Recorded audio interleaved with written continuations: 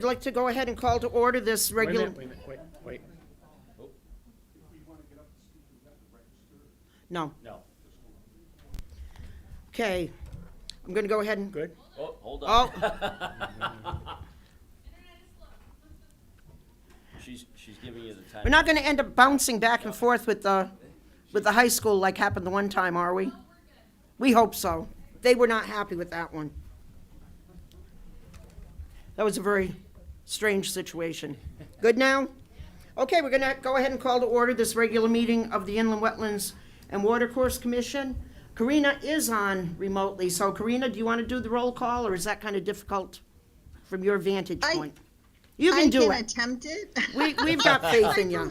I believe I can see little people there, so. Okay. All right. Roll call. Sandy Eggers. Here. Rodney Galton. Here. Paul Archer. Here. Chris McDonald. Here. Rainey Legault. Here. Okay, And so Karina Torrey present. we do have a quorum of regular members, so Rainey, you'll be acting as an alternate this evening, but full discussion and make sure you stay on top of everything. Okay, we have two sets of minutes. We have the minutes of the May 11th, 2026 special meeting. Did you have a chance to look at those? I did not attend either the May 11th special meeting or the May 21st. That's Sidewalk, right, because so- that's why we were ready to send out Correct. Yeah. the troops Yeah, looking. yeah. Okay, so the May 11th is considered a special meeting just because we had moved it from the regular date. But that was our regular May meeting, and then the other one was the site walk. I wasn't at the sidewalk. Okay. Okay, Make sure you guys turn.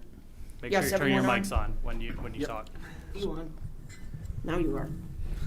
Okay, So I'll make a motion to accept the meetings from May May 11th? May 11th, 2026, special meeting. Okay, is there a second on that one? You were there, I I'll believe, Randy. second. Karina seconded. Oh, Karina said, I perfect. second. Okay, motion's been made and seconded to adopt the minutes of the May 11th, 2026 meeting. Any discussion or changes? Hearing none.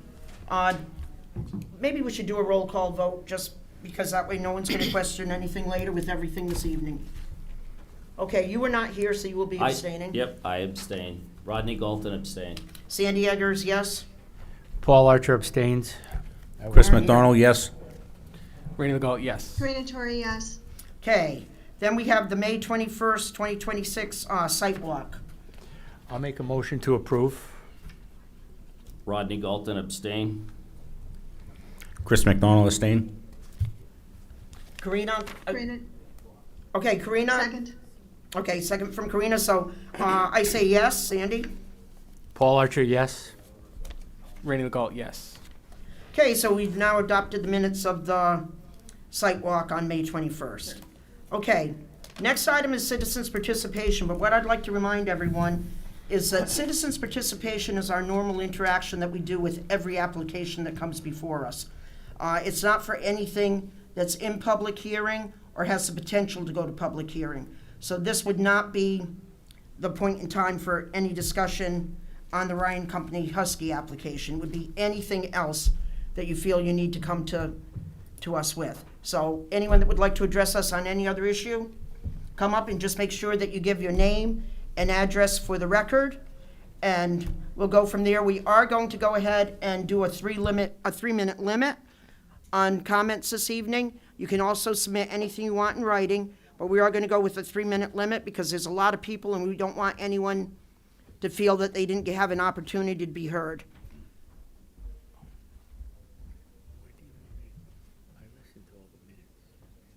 We'll state that when we get to the application. Hi there. Yep, you should be on. No. Hi, Daryl. Okay. Wait a minute, want to check it? Try that again? No. Nope.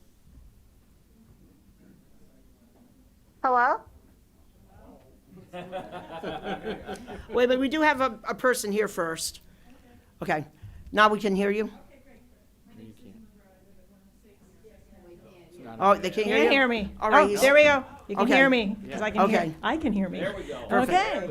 Okay, my name is Susan LeGros. I live at 106 Chestnut Hill Road in Dayville.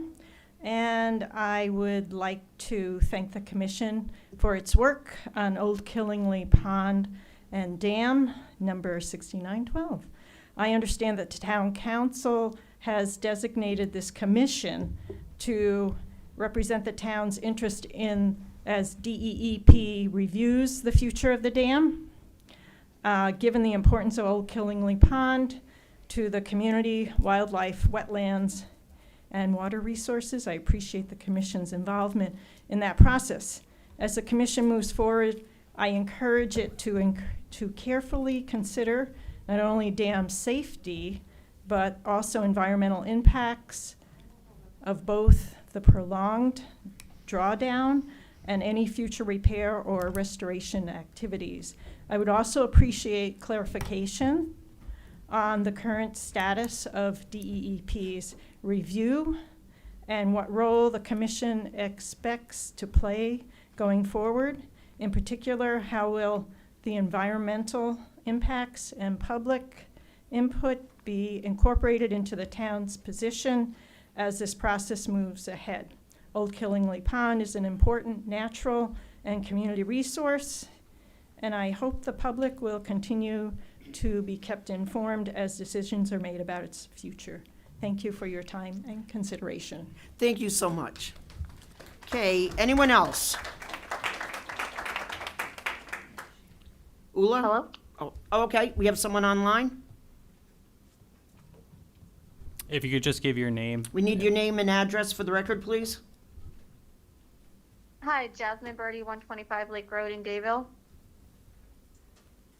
Okay, I just wanted to kind of bring up Old Killingley Pond. As everybody knows, it's quite an important topic right now. I think that the habitats, the wildlife, just the environment is very dependent on that pond, and we've already seen quite a few negative impacts since it's been starting to get drained. I do question how this could be tied into everything with the aquifer and with the ongoing issue of the PFAS in the town as well. So I think that keeping an eye on this situation with the PFAS and Old Killingley Pond might be a good idea. I think that the more that we support fixing Old Killingley Pond, just the better our environment is going to be. And it's really sad to see all the fish and plants and everything else get, dried up and dying off. It's just really sad to see that in our town. So thank you. thank you.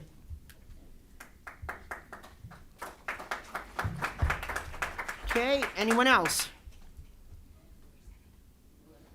This gentleman right here. No, we have someone, I'll be quick. Ida Barris, 1123 North Road, again about Old Killingley Pond. Also, and again, thank you for any efforts that you're making to protect this beautiful waterway. And also, I don't know how much of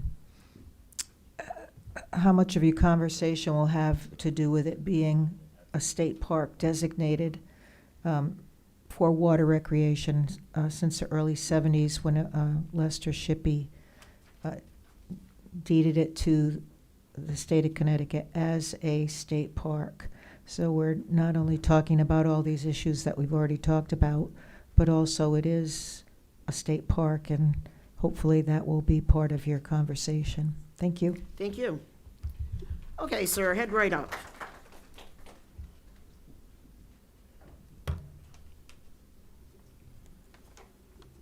Good evening. My name is Russ Daniels, Sales Ave, Dayville. I wanted to talk about 90 Putnam Pike. I'd like to know who owns it. Does anybody know? Who owns 90 Putnam Pike? Does anybody know? Nobody knows. I'm wondering if it's Amazon. This is right next to the high school. When they were building the high school, if you recall, there was a tremendous amount of ledge up there. That ledge extends south running parallel to Route 12 all the way to the 101 intersection. There's also a very high water table. Remember all the torrents of water coming down the driveway 24/7? That was because of the high water table. The company that did the work, the site work, is a construction company in Smithfield, Fleet Construction. Peter Calcagni owns it. I personally know him because I built an extension on his house one time. His company did so much drilling and blasting, they went out of business because of the ledge in the high water table. I can't think of a worse site to build anything than to build a top of ledge, solid ledge.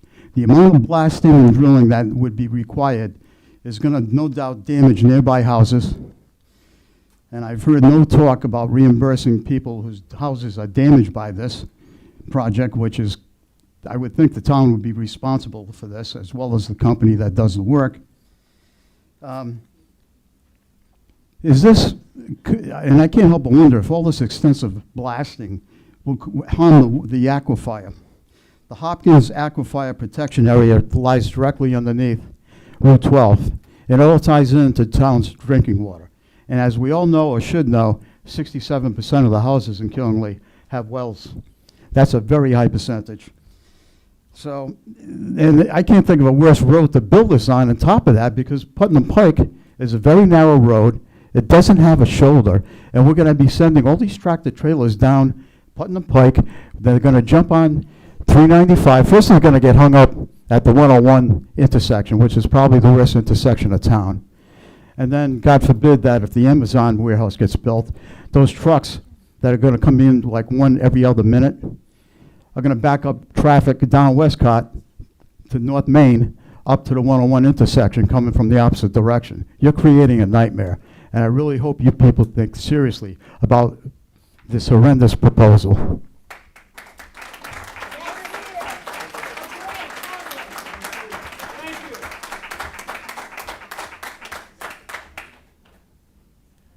Okay, anyone else? And like I said, make sure, it should apply to the wetlands issues. I believe you may want to send your comments to P&Z. Because that's a P&Z right now, the Route 12 project.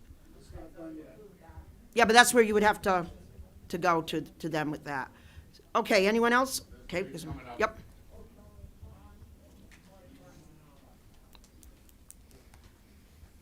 Good evening. My name is Jennifer Bryan. I reside at 520 Reynolds Street in Danielson. I know you said no comments regarding Amazon Husky, but I would beg you to please permit me to at least just read what I have written. No, we would have to do that during the public hearing for that. Okay, I will be Yeah. back. I can come back up then? Oh, God, Okay, yes, perfect. yes, definitely.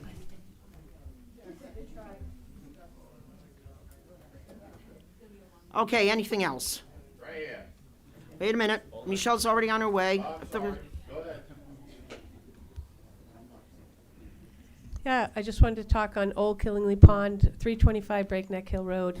There was a memo that went out from the town saying only some local wells will be affected.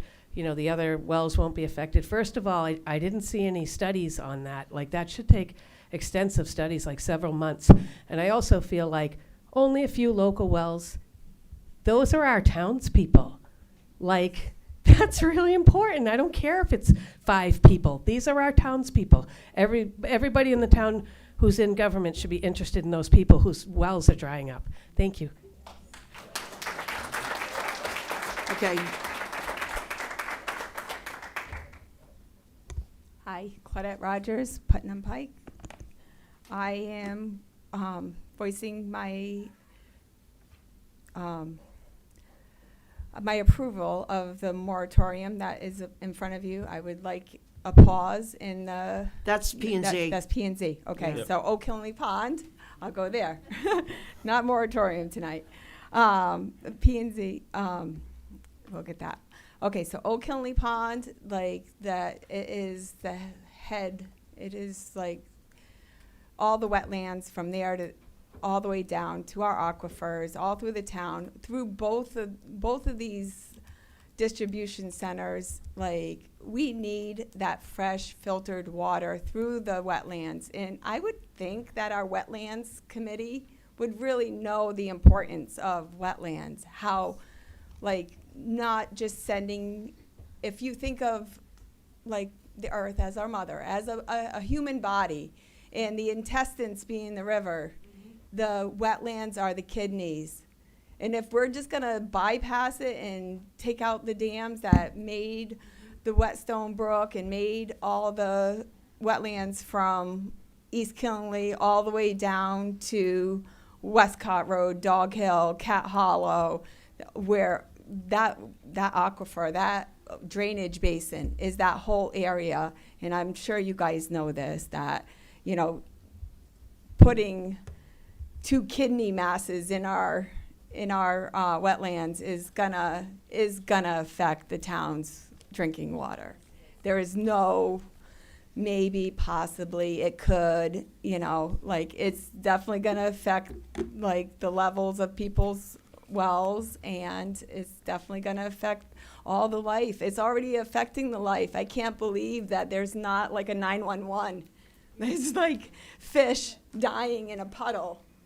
And we're just like, it's okay. It's okay. There's 90-year-old or 50-year-old huge snapping turtles that who knows if they made it through the winter because it was such a cold winter. Our ecosystem are the littles that can't speak. Our kids that are here that we are looking for in the future. Okay, so it might not be in Sandy Egger's time that this aquifer is contaminated. It might not be in Paul Archer's time, but it'll definitely be in my grandson's time, and then. And I think we really need to do better for our kids. Thank you.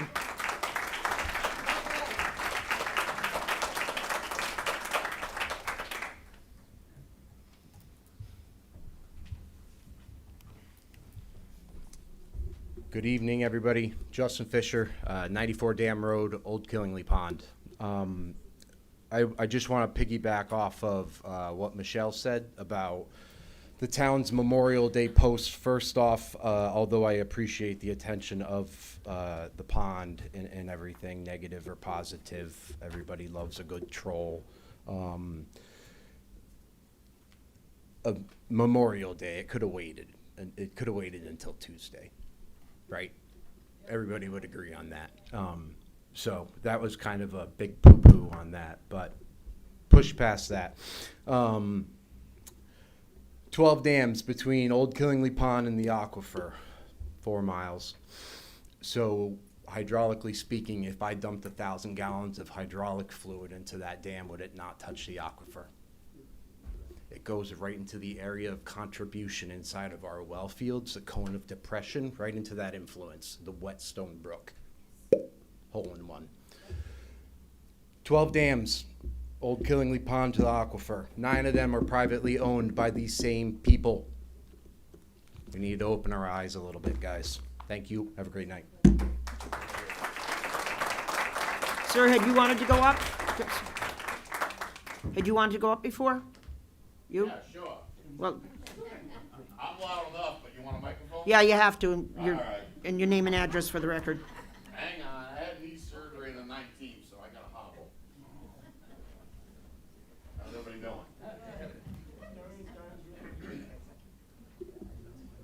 All right, you here? Yep. I'm more of an advocate for my father, Leo Excuse me. Munger. You gotta give your Excuse me, name yeah, and, name and address, please. 509 Reynolds Street, yep. Carl Okay, Munger. yep. I'm half owner with my father on his estate and property. I live in Brooklyn, but I grew up on 519 Reynolds Street. I'm here for other reasons, but I hope you do the best. Save Old Killingley Pond. Save the area. Save the wildlife. I get it. I know there's people here way back in the day. We all went there. I remember going as a boy with grandparents and aunts and uncles. Now I'm 55.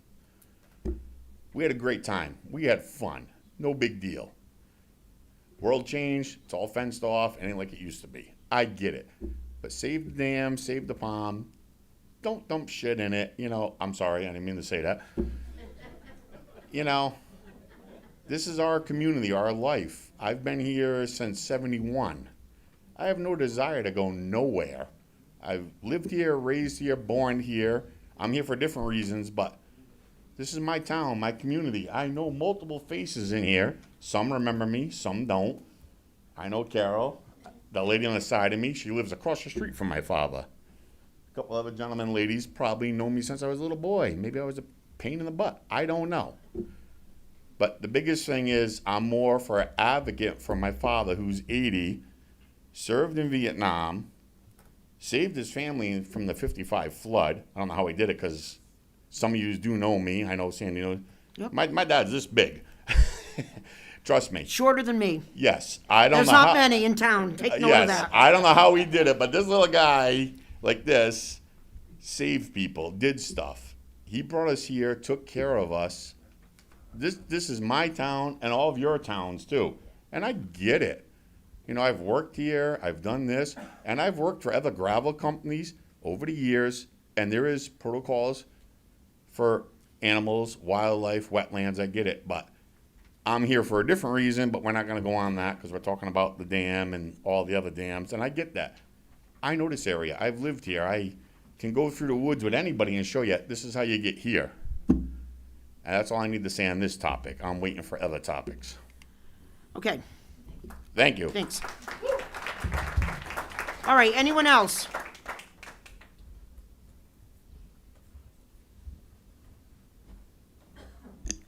I'm Dr. Angelina Wagner. I live at 3 Providence Street in Putnam. I'm here in support of saving Old Kinley Pond. I spoke with the governor today as well as last week about Old Kinley Pond. I spoke with Congressman Joe Courtney about saving Old Kinley Pond because they're hearing about it. They're hearing about it in Hartford. They're hearing about it on the other side of the state. And a lot of times when people hear the word pond, they think this little tiny body of water. Where I come from, which is Alaska, this is a lake.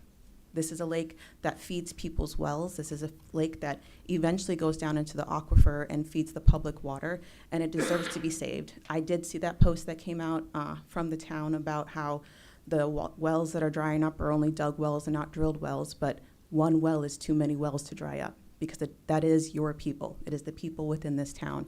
So whatever mechanisms you may have or tools in your box to not only refill the pond, but protect it in the future, I encourage you to use. Thank you. Thank you. Okay, anyone else? Do you want to speak, sir?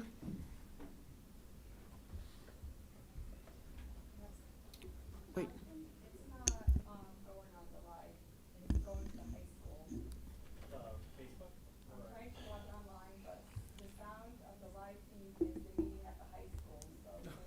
We've had that problem before when there was two Yeah, going on. We yes.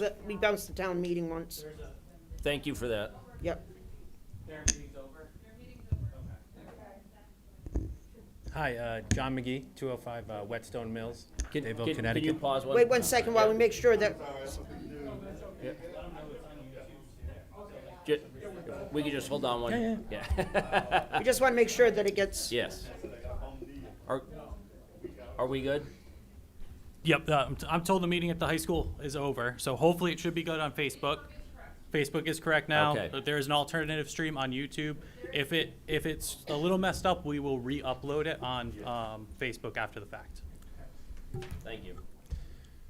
now we can start again. Thank you. Do you need me to say my name again? Yeah, Okay, just so it's on there well. John McGee, 205 Whetstone Mills, Dayville. You all were elected. No, No. No? What's that? Appointed. we're So- just appointed Oh, you volunteers. appointed volunteers? Okay. So, but it's your responsibility to look after the town, right? So how does the pond get like this? How does it fall this far? Any answers? So we're Does anybody take we're going to talk about it a little bit responsibility? later, but there's an emergency action through the state with a drawdown, which is kind of an oversimplification, but we'll be talking about it later in the meeting. No, but I mean, how does it get to this point? With the drawdown, or No, but with the lake being the state that it is. because It's of a an state emergency order. drawdown, yeah, through Connecticut Deep. Okay. All right, that's the question I wanted to Yeah. know. All righty. Well, thank you. Thank you. Yep. Okay, anybody else? Okay, is that it? So that's it for comments on any general purposes. And thank you, and just always remember too, you can also file comments online, and they'll be on there as well when we get them. Yep, on the town website, there's a button now for citizens comment. You can choose the board or commission, type it right in, send it off. If it's here before 2 o'clock the day of the meeting, it makes it in the printed copy of the packet, and we make sure it's on the website before that meeting. And we get all of those, just as an example, these are packets of comments that have come in online, and we all have them, and we do all go through them. And those are They're just not the ignored ones at all. for this month. And that, So- yeah, that's just since the last meeting. Yep. Just so you guys know that, they're not ignored and they're not minimized at all. Okay, now we're gonna go ahead and go back to our old business. The first item is a public hearing for application 26-1624 of Ryan Companies, and it's a hearing that's continued for May 11th, 2026. We will have staff, the applicants, and our representation discussing everything before we open it up, because people need to know where we stand and what's happening before you know what to comment on. One other thing that we do know, Rainey, you've been here for everything. You are an alternate, but you've been here for everything. So just for the record, you're in a good place with that, with keeping up on things. Paul, you were absent in Hawaii last month, but for the Yes. record, will you state what exactly you have done since then to keep up? I've listened to all the tapes up to this. I've read all the minutes, and I feel that I'm up to date. Okay, because that's very important that anyone that's going to be acting on this And then just knows everywhere that we stand. Rodney as well. Rodney? Yes, I've read the minutes, I've listened to the recordings, and I feel that I am well-versed in all the issues that have come up since I missed the meeting. Thank you. And then we have one, just again for clarity, we have at least one member online, Karina Tori, Yes. who's a regular member Yes, and as well. I don't believe Karina has missed anything at all. You've been online this evening. I've been and here. Everything else you've been in person. Yes, I have. So you've been totally up to date on everything, just so that people are aware of that. Okay, and that's where I believe I am up to date. Okay, that's where we stand on that. Jonathan, before we turn it over to the applicant to know where we're going, you want to just give a brief overview? So this is the Ryan Company's application, Amazon, as you guys know. So this is the warehouse on Westcott Road. This project, where it stands right now, we have a third-party review team through Ty and Bond. Ty and Bond has submitted on May 28th a review of the application as it stands right now. This is, I believe, the second set, or maybe even the third set of comments from them. It goes through each item and ends with suggested conditions that are in there. There's also a correspondence in the packet and online from June 1st today from Robinson and Cole. That is the attorney for the applicant responding to citizens' comments going through there. We have part of the record, we have hard copies of everything here, but everything that generally that is being discussed or looked at tonight, except for the slideshow, is already on the town website, and you can review it as soon as tomorrow. The slideshow will be on there as well. Biggest change that we've seen in the project is the reduction of one of the access roads. The applicant will go through that tonight, and I'm gonna ask probably the applicant to come, they can present. We have to know where. And then we yep. can ask for the third party. Review as One well. of the biggest things in terms of time frame, we've talked about it a little bit with time frame on meetings. Tonight, we should be looking to close public hearing because there is a limited time per state statute for us to review through a public hearing process an application. We've exhausted almost all of those continuations. We might have a few days to spare, but for the main purpose, what we would look to do most likely, it's up to the commission, close the public hearing tonight. What that means is if they close the public hearing tonight, that's the end of any new information. So everything that's been submitted, all the testimony, citizens' comment, that's all part of the record. That's all items that they can review in looking to draft a decision. They could make a decision as soon as tonight, but they have the ability to go till July, the July meeting, to render a decision. And at that point, I believe we just interact with you as our staff Yep, with and- questions and concerns that we have. And I'm just here to help with point towards information. documents or for clarity. I'm not here to provide any testimony. It would just be a review of what we already have presented to us. Okay, so at this point, we would be asking the applicant to bring us up to date on exactly where we stand with this.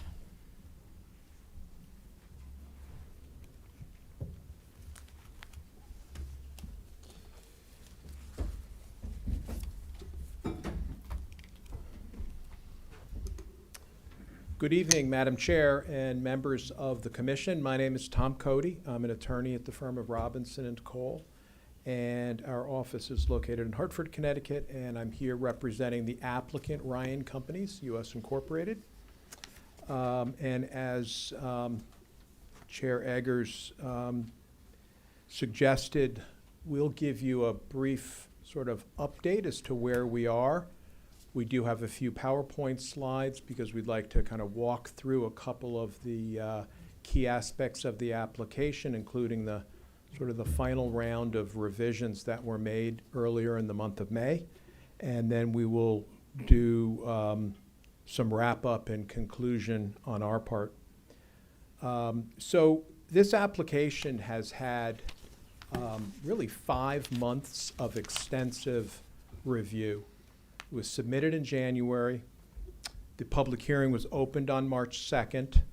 We've now had 4 evenings of public hearing, including testimony from members of the public, presentations from us, presentations from your consultant, questions and back and forth with the commission. You did refer your application for review to Ty and Bond. And Ty and Bond conducted an independent third-party review, which started with a March 20th review letter. The applicant took those comments. There were approximately 70 comments in the initial letter.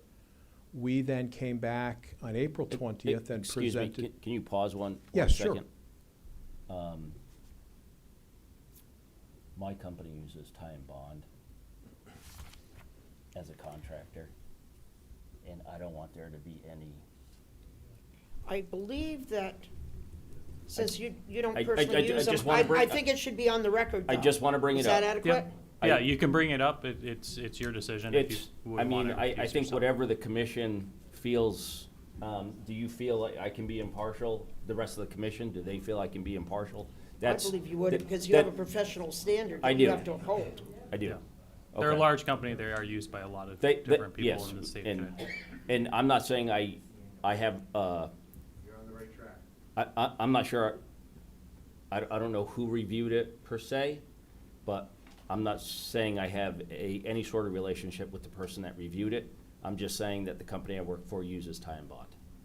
I think that's a large enough firm, though, that we'd be pretty hard pressed to find Yeah. So any engineering company in if at any Southern point New you felt England that that no it one was has any going to contact change with. change or influence your Yes. decision, we would ask you to recuse. Yes, and I would. I just want to bring that up ahead of time and get that off the table. So, Okay. I think that's very important, we appreciate that. thank you. Thank you, Mr. Gall. So following the referral to Ty and Bond, they conducted a site walk, commission conducted a site walk. After the first response from us, Ty and Bond came back again on May 7th and said, we've gone through your responses. The vast majority of your answers satisfactorily address our comment. There were 7 items that were sort of still left as needing follow-up documentation. And if you recall, when we visited with you on May 11th, we went through specific answers to those 7 comments. We followed that up with plans and reports to document what our answers were that we provided to you on May 11th. And then, as Mr. Blake noted at the beginning of this session last Friday, Ty and Bond produced a third letter, and they confirmed that all of the comments now have been satisfactorily addressed. So we're pleased to have that technical review concluded, but I would just note that we've now gone through 5 months, 4 hearing sessions, 3 rounds of review with your independent third-party reviewer, and that is certainly a really, really extensive technical review. So our presentation this evening will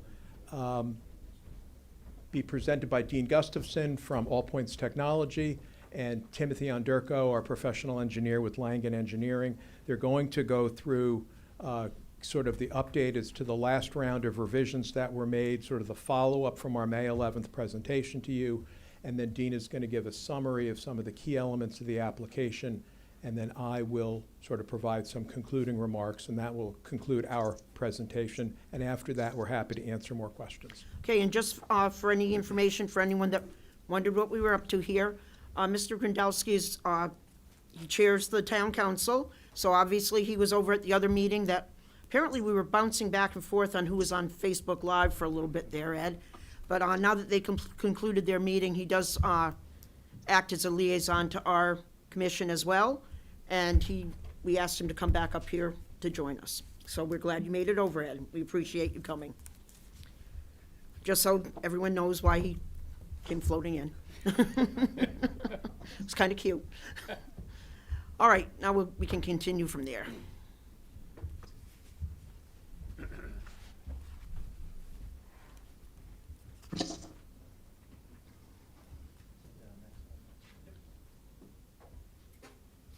Okay, good evening. Tim Onderko, professional engineer with Langen. Have the site rendering up here, and this was a plan that we had last month, and we had a nice yellow circle on get my orientation right, in the southwest corner of the site. Yep, thank you, Jonathan. Because our application previously had included 2 site driveways to Westcott Road. When we were here last month, based on feedback from Connecticut DOT, our traffic team was working on revisions to access and driveways. And at that time, we identified that the second driveway, or the western driveway closest to 395, was going to be removed. But while we were here last month, we kind of had a sketch plan of what that would look like, but had not completed the technical drawings and had not updated the stormwater management report. Since that time, we have made those technical revisions to the drawings and to the reports, and Dean, to my left here, has updated his wetland assessment report to reflect that. So as part of the removal of that second access point, we took out 2 of the bridge crossings. So when we had previously reviewed the application, we had 4 bridge crossings to allow us to have 0 direct wetland impact down in the area of Westcott Road. With the removal of that second driveway, we are now down to 2 bridge crossings. That removal of the bridge crossings plus the driveway itself reduced our total impervious in that area of the site by a little bit more than 1 acre. So I think I had given that statistic last month. That held true when we ran our calculations. The eastern driveway that remained, its dimensional width did change a little bit based on feedback from the fire marshal, but we still ended up with a reduction of over 1 acre of impervious from the prior submission. So didn't want to belabor this. We did talk about it a little bit last time, but we've updated it. This rendering reflects the current layout. And Jonathan, if you go to the next slide, this just zooms in on the site driveways, or site driveway.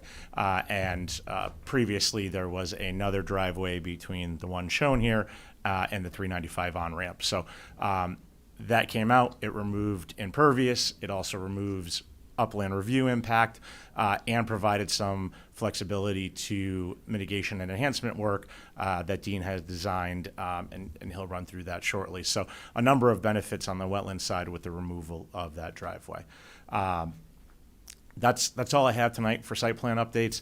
everything technical, stormwater management remained the same. Pipes and inverts moved as the driveway adjusted, but the overall approach to stormwater didn't change. We adjusted limits of disturbance, we adjusted silt fence, we adjusted all the things that go into that, and have reflected a single driveway in the technical drawings and in all the calculations that back that up. Next slide, Jonathan. This just builds on what Attorney Cody mentioned, and we've been working with your third-party peer reviewer through their comments and our responses from the start.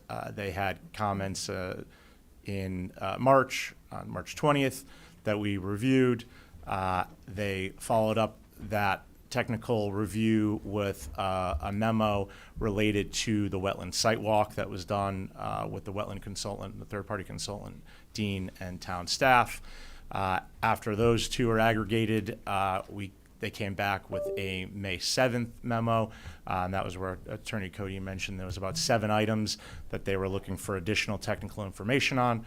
So we provided that information, and then on May 28th, we received their final review letter where we had satisfactorily addressed those technical questions on various items related to plantings and lighting and landscaping and stormwater and all of the other components that went into their third-party review.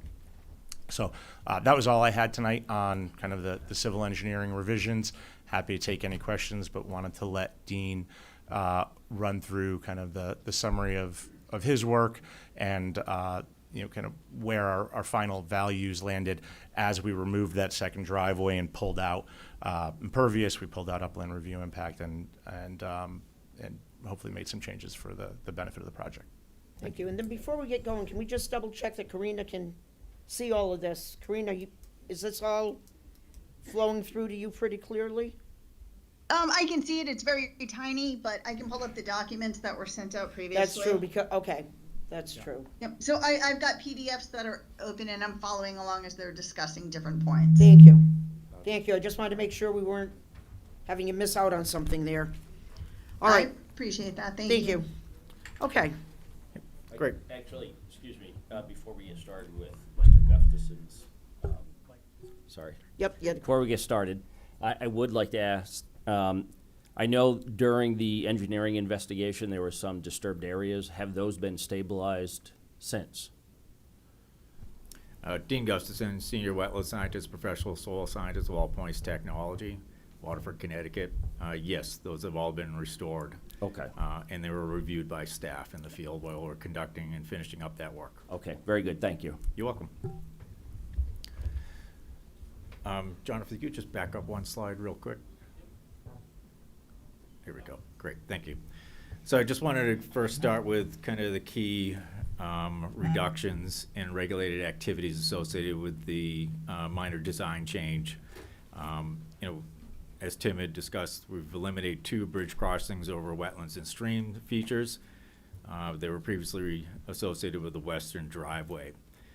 That resulted in a reduction of approximately 6 acres of activities within the 200-foot upland review area. And it avoided wetland fragmentation, particularly near vernal pool 3, wetlands 2, 3, 21, and 22. And improved connectivity by maintaining continuous connections between wetlands, vernal pools, and the mitigation areas. So, although it's a relatively minor change in the project design, it results in some pretty significant reductions in regulated activities and resource impacts.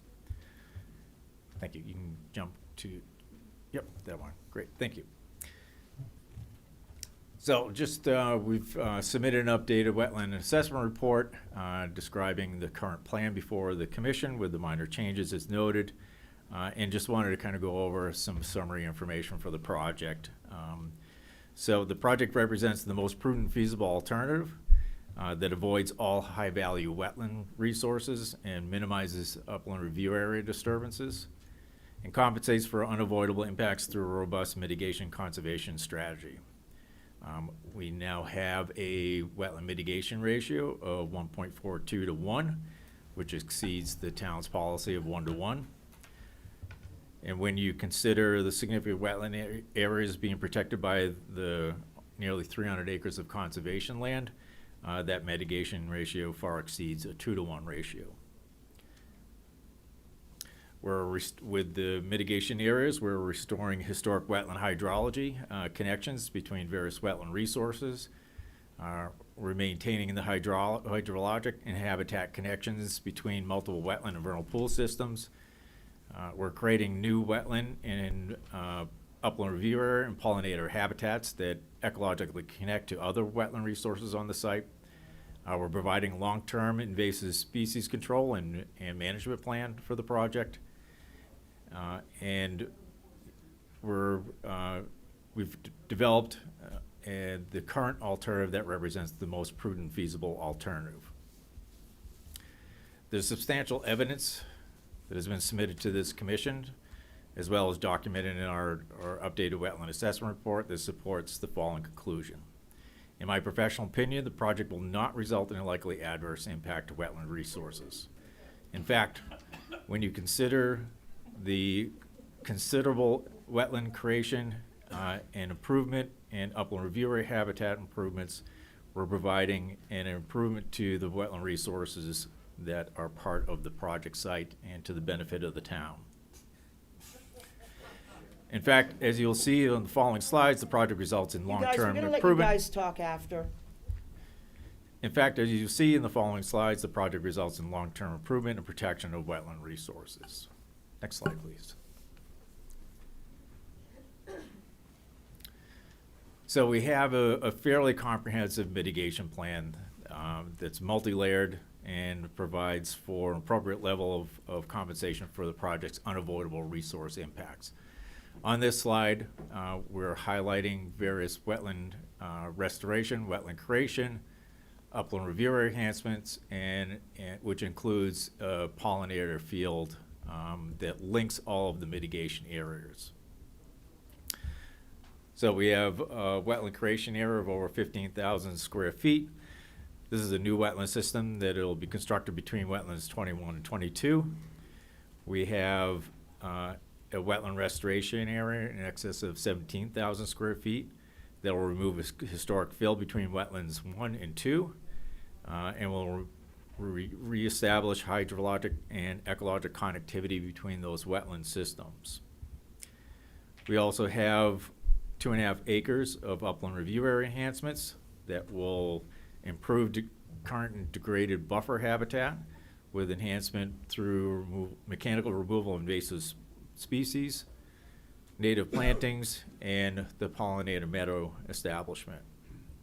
In addition, residential structures and impervious surfaces near wetland 1 will be removed and restored to provide functioning buffer habitat. We have over a 4-acre pollinator open field habitat that will create continuous ecological corridors linking all of these mitigation areas.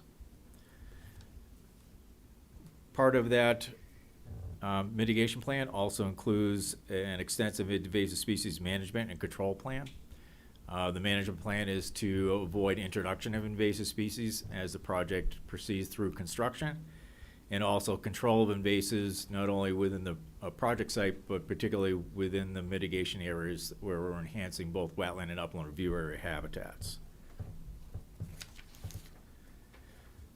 We also have a wetland and vernal pool protection plan that'll be implemented during construction. That'll provide an additional layer of protection of resources throughout the duration of the construction project.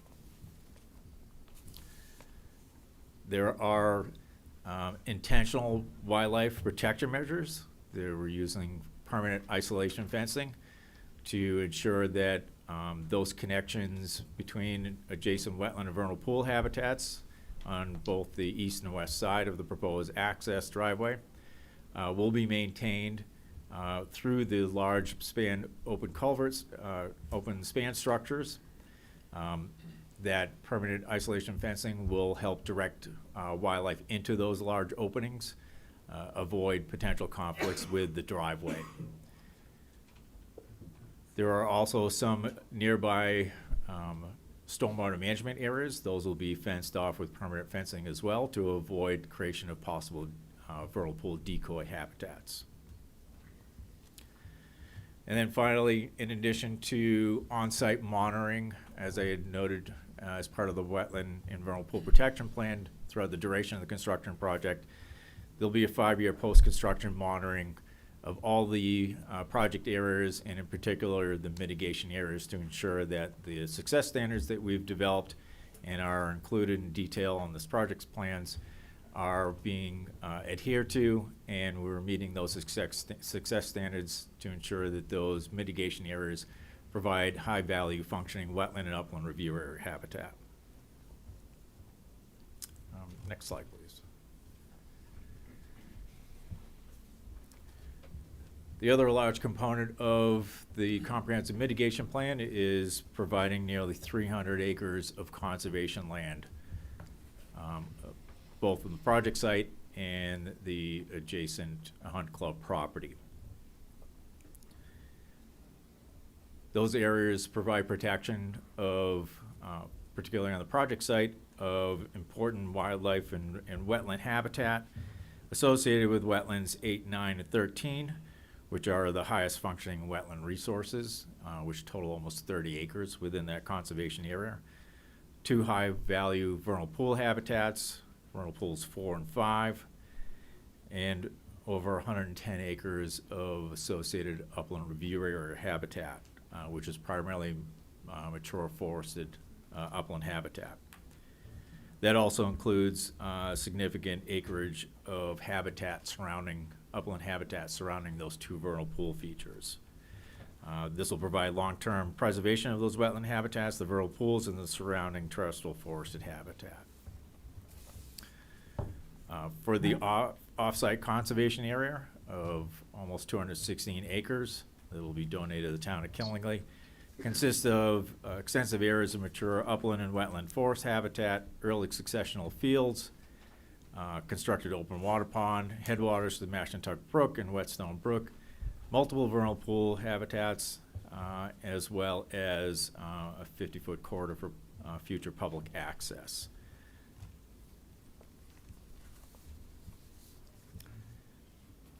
Next slide.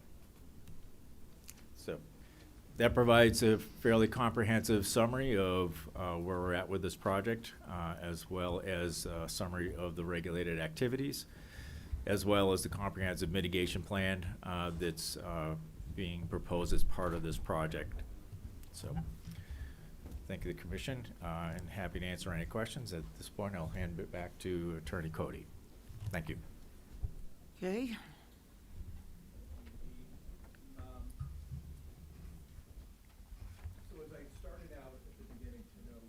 This has been 5 months of a intensive review of the application. And really, what the goal really of this team was to engage in a comprehensive review. This is 556 acres of land in total. And from the beginning, the plan was to integrate a significant approach to conservation and wetland protection, and to design a project which would really minimize disturbance to wetland resources to the greatest extent possible. And I think we have accomplished this. And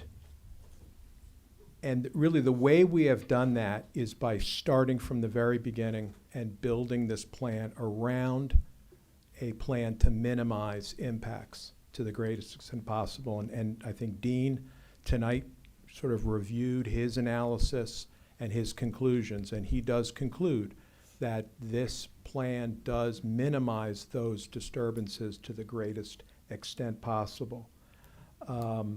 We have included 292 acres of conservation land, part of which is a donation to the town, and part of which is a conservation easement. That is well more than half the land in total for the project area. And in addition, as Mr. Gustafson went through, we've also engaged in a number of wetland creation, restoration, and enhancement efforts through the application. There will be extensive site monitoring all through construction. We've built that into the proposal.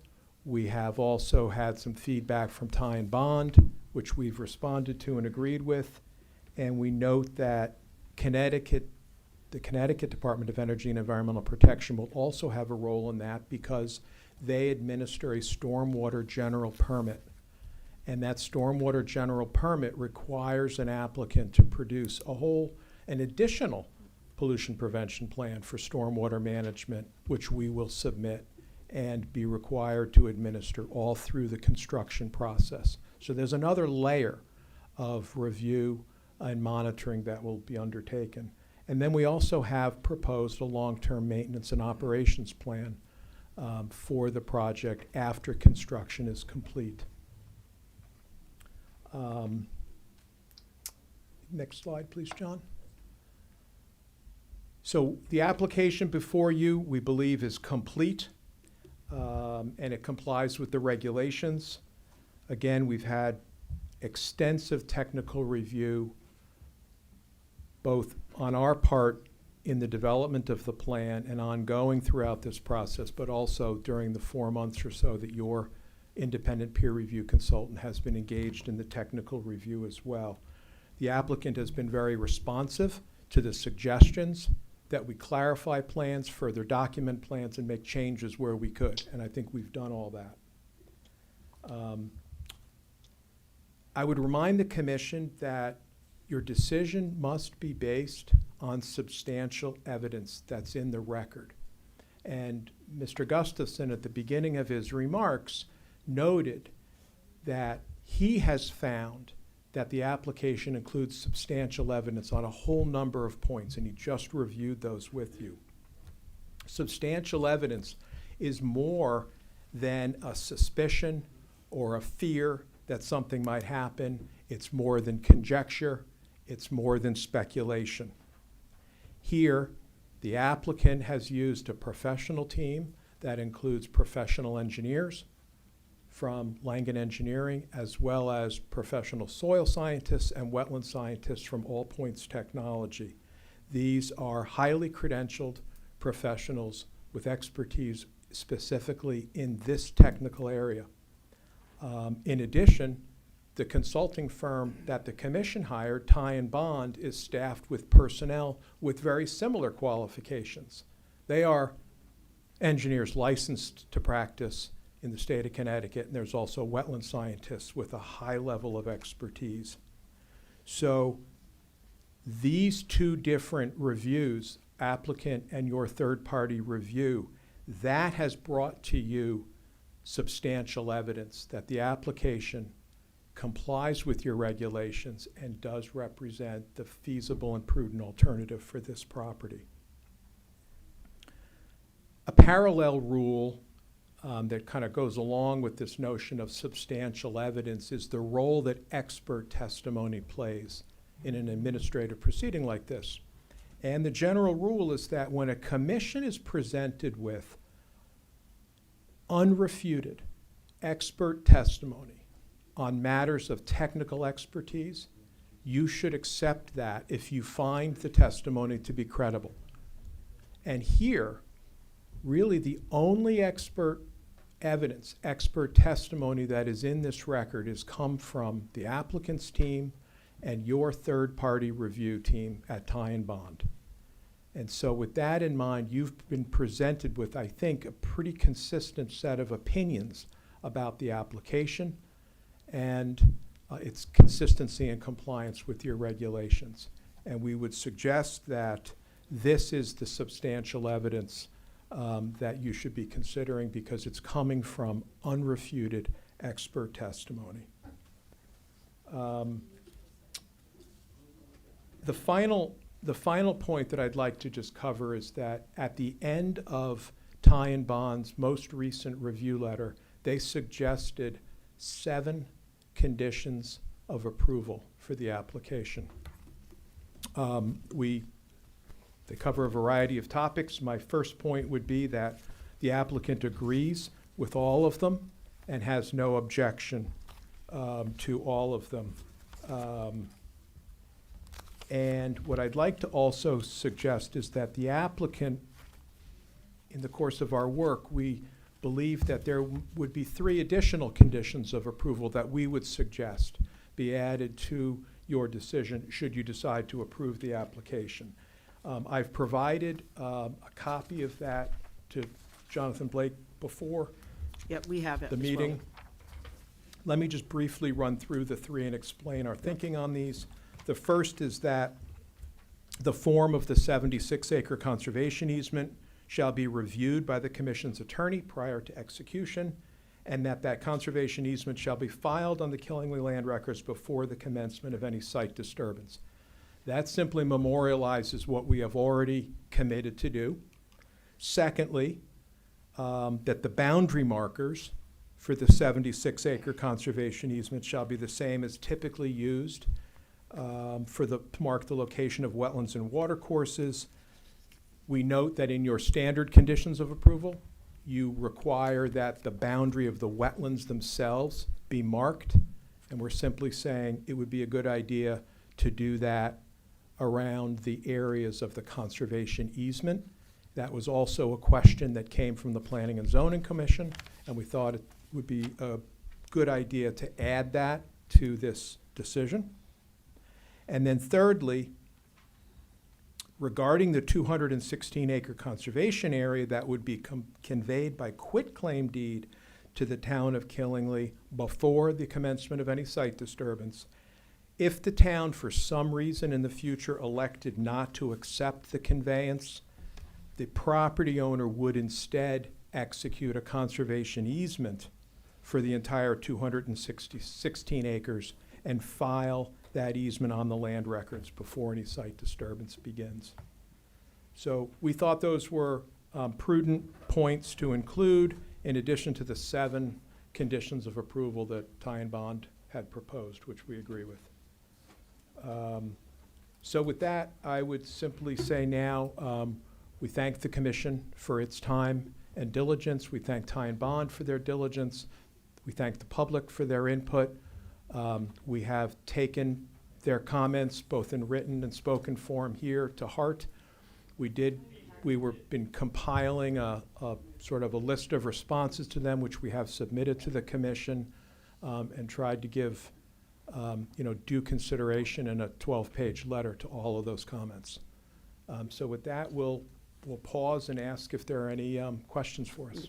Now, do you guys have any questions for them before we go to our review team? I have bet- questions. And I know I brought this up before, but Army Corps, I know you said you've reached out to Army Corps. Have you heard any response from the Army Corps of Engineers? No.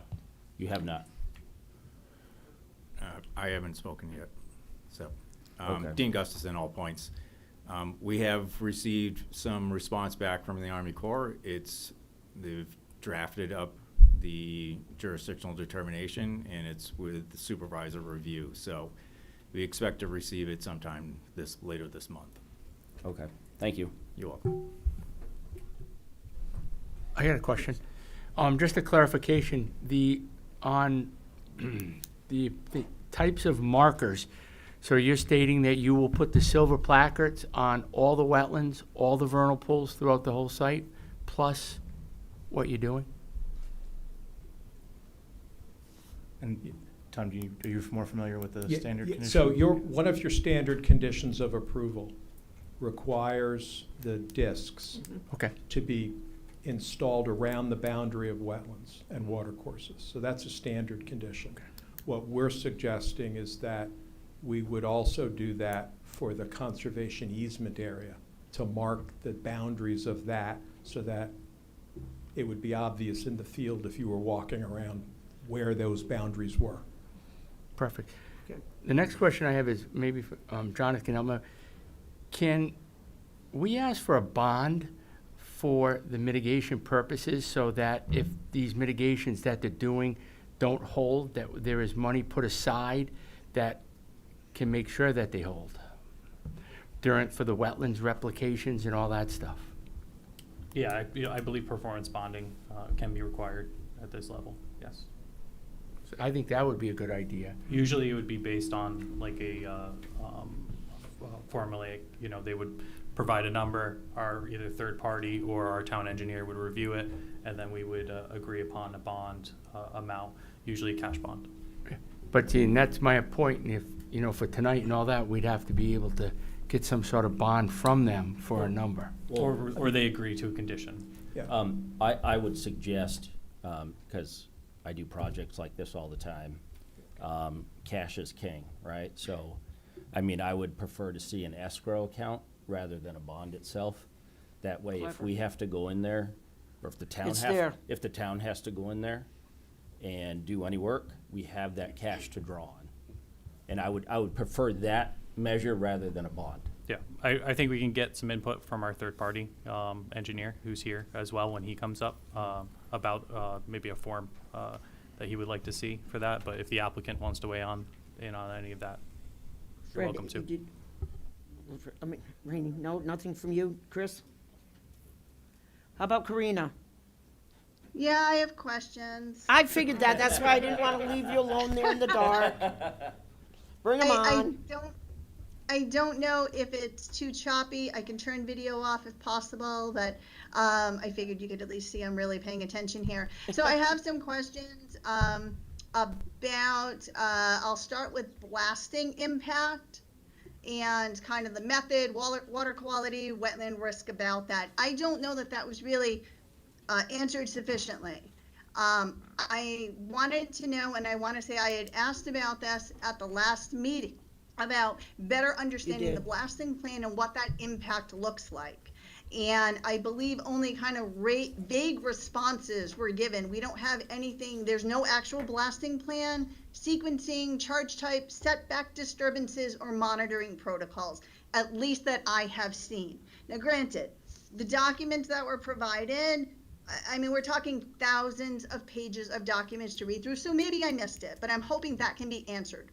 Really, what does that blasting plan look like? Where is it documented? Where can we refer to it?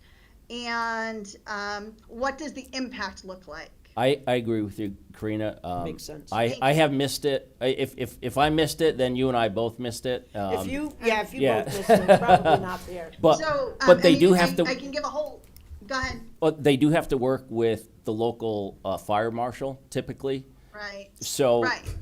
To get the permit and everything else. So again, I'm more familiar with that construction aspect, but they should have some sort of blasting plan in place to present to the fire marshal. And for actually, that. it is somewhat addressed in those recommended conditions.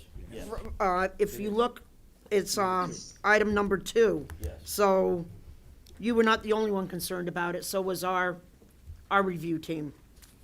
Okay, because, so the other thing was, and I'll reference tie and bond, in their comment number 57A, it asks for measures to minimize water quality impacts from blasting chemicals.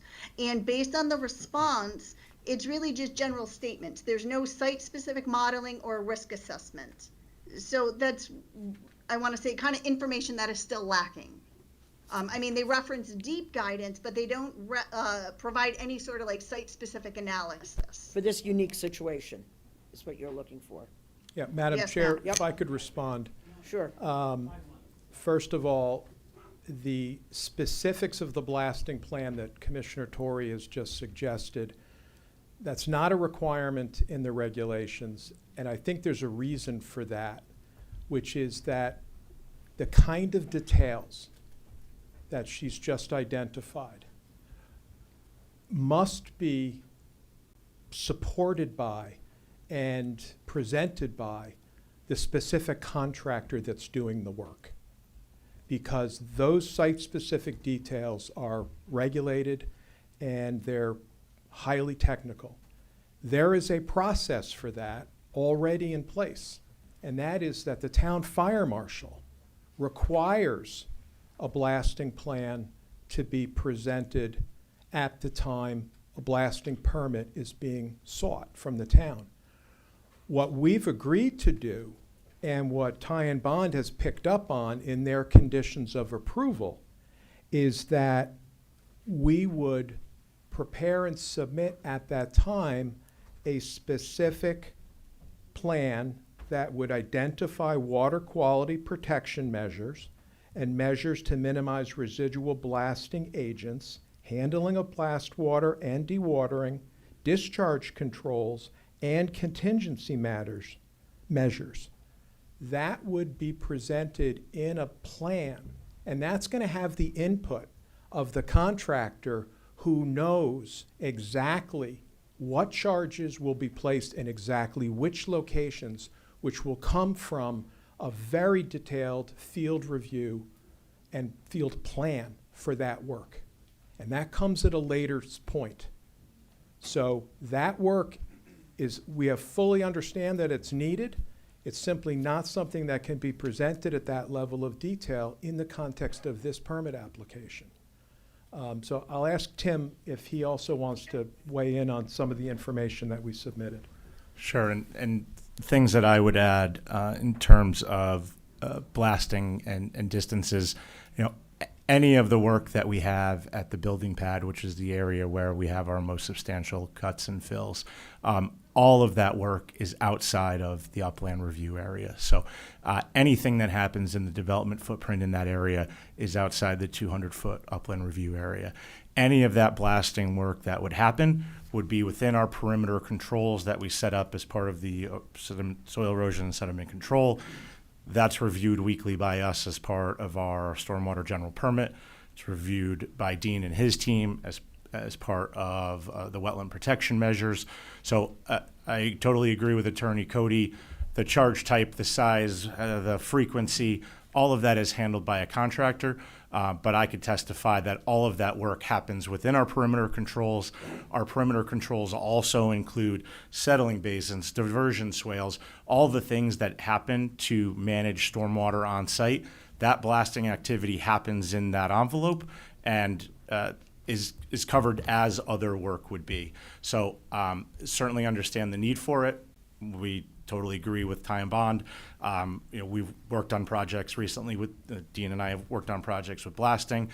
That's in all hands with the fire marshal, police, town staff, and that level of detail is reviewed. But in context of the application, I would point out that all of that work would happen several hundred feet beyond your upland review area and within the confines of the protection measures that we have in place. So I know that's not a complete answer that you're looking for at this time. So are you actually stating at this point then there is actually no blasting within our review area at all? Well, we have the wetlands within the building footprint that are being eliminated as part of that, as part of the project. But beyond that, none of the work is in an upland review area of the remaining wetlands that surround the perimeter of the project. So specifically, from the building to the west, all drains towards 395. Mm-hmm. The wetlands that remain are along the 395 corridor and in the northwest corner of the site.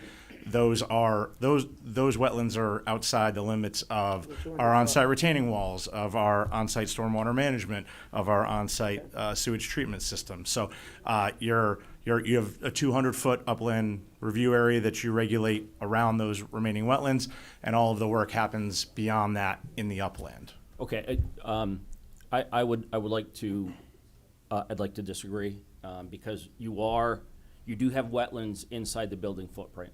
Correct?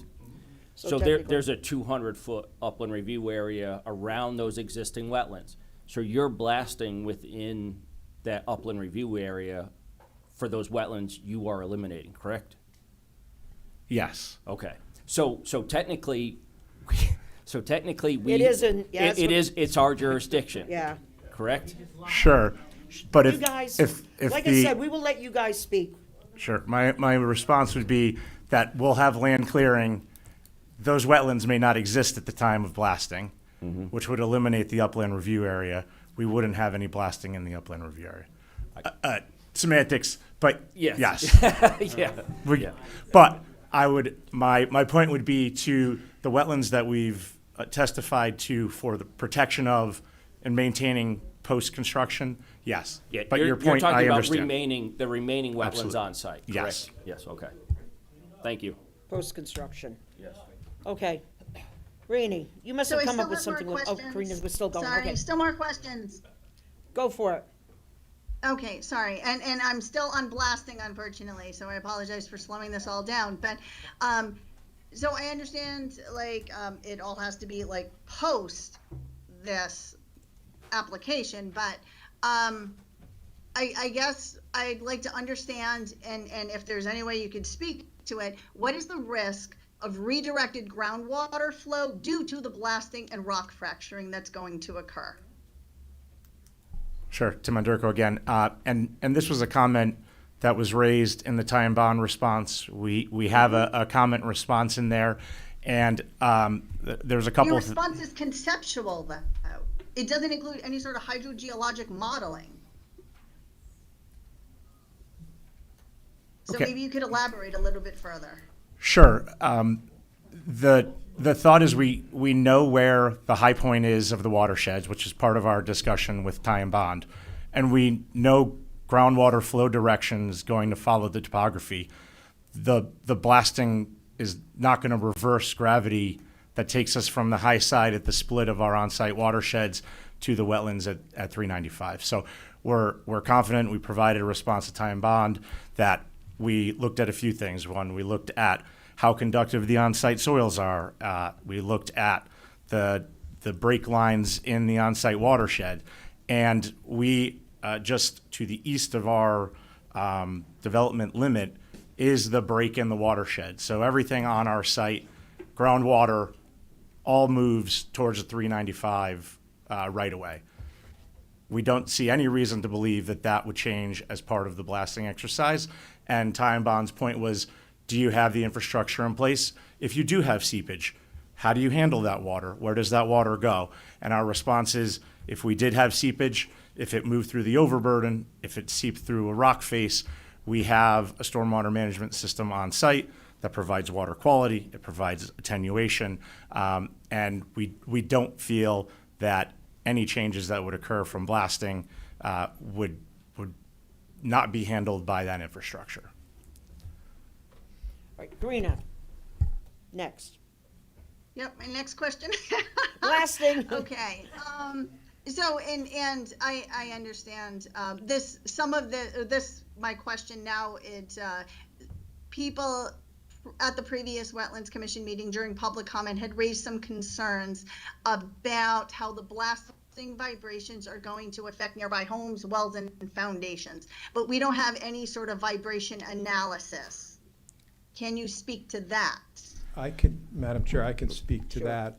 A vibration analysis would really not be a matter for the Wetland Commission at all, because it doesn't relate to wetlands and watercourses. In general, groundwater itself is not part of the wetlands. Point of order, please. Please, you guys will Thank have you. an opportunity later, and we will let you guys speak for your 3 minutes when you have the floor. So the vibration analysis, I believe, would be beyond the scope of your review. And a hydrogeologic study of redirected groundwater is also something that's not set forth in your regulations. It's not something we've normally come across, Jonathan. That's why it's so tough, and I'm not sure where, I think who's, regarding the blasting, I think that's where, when we have the third party up to just kind of go through, I think just to read into the record even some of his recommendations for the conditions of approval, there is a whole condition that talks about pre-blast surveys of abutting properties, and maybe he can speak a little bit more in terms of what we would be looking for that, understanding that there is some overlap here in a lot of these standards as they relate to, say, the fire marshal's review or well, that's the problem, other is agencies. whose Yep. lane is which. Yeah, Because we have very specific we can set things as issues. conditions, and we can ask for documentation and have reporting back to the commission if that's something that you choose to want. Any modification or changing of an application would typically come back before you as well. So, for instance, the applicant has said that the blasting would occur only within the footprint of the proposed structure. Well, as they start doing the roadway, if they find that that's not going to be the case, we could ask that it come back before you, at least to update and review it to see if that changes anything on your part. If I may add one thing, just what you may often see in blasting for sites and pre-blast surveys is the typical halo that Connecticut Deep draws around blasting and its potential impacts to drinking water wells is 500 feet. That's kind of their round number. And at that point, you do with a pre-blasting withdrawal test. You do water quality tests. The next halo beyond that is between 500 feet and 1,000 feet of your blasting activity. There, I don't believe you do the chemical testing, or maybe you do the chemical testing, but you don't do the withdrawal testing. Our distance from our blasting to the nearest offsite well is about 3,000 feet. So not that that changes any of the conditions, but just in terms of how the state, and what you may be used to seeing where they draw a halo and you have 10 properties around the work, that may fall in that 500-foot halo. You may even see another halo beyond that. Because of the conservation land and the conservation property, those distances stretch significantly, and I don't recall if we've shown a slide for you guys. I know we've done it for planning and zoning that draws some distances to neighboring residential properties and residential streets. So that may be something different here, in that the distances we're talking about are, essentially triple what the state standards would be for pre-blast well testing, both in terms of withdrawal and chemical analysis. I believe I've asked this before, and I apologize if I have asked this. You've met or you've had discussions with Deep Stormwater Division, right? Correct? Yes, you have asked. Yeah. Yes. Okay. Chris Stone from the okay. Stormwater Division was on one of our first calls with the wastewater group talking about our on-site sewage treatment system. So we've worked at Chris's office before on projects like this. He participated in kind of the kickoff call, just to be aware. And one of the comments through, I believe, the second tie and bond comment letter said, we know that you have a wastewater treatment system that's going to be permitted by the state.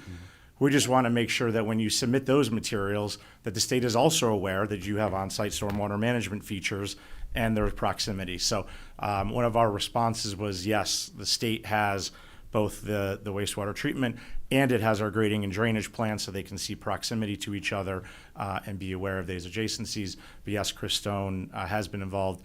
And as Attorney Cody mentioned, we'll have the stormwater general permit that goes through Chris's office. And Attorney Cody might have mentioned it, I think I had it in previous slides, as part of our deep stormwater general permit, we are required to have another third-party review. So not time bond, not us. We would have to retain another professional who would review our general permit application and all the supporting materials. They then have to provide concurrence to the state as part of our deep stormwater permit. So again, nothing to do with your actions, but further down the line, as we continue to work with Chris's office, there'll be yet another engineering firm that will have to review our infrastructure design. Right. As part of the general permit, the deep general permit, you're required to have a third party do your stormwater inspections. Do you have a contractor for that? Will that be All Points? So typically it is Langen and All Points both doing independent inspections. So Dean, you can certainly talk to the frequency of your work. My office would typically do the weekly inspection as well as post-storm event inspections. Again, looking at soil erosion, sediment control, stormwater management, swales, temp set basins, limit of work. And then Dean's office would provide the specialty review of the exclusion fencing or any of our perimeter controls as it relates to habitat and wetland protection. Dean, let me know if that's... Thank you, Tim. Dean Gustafson of All Points.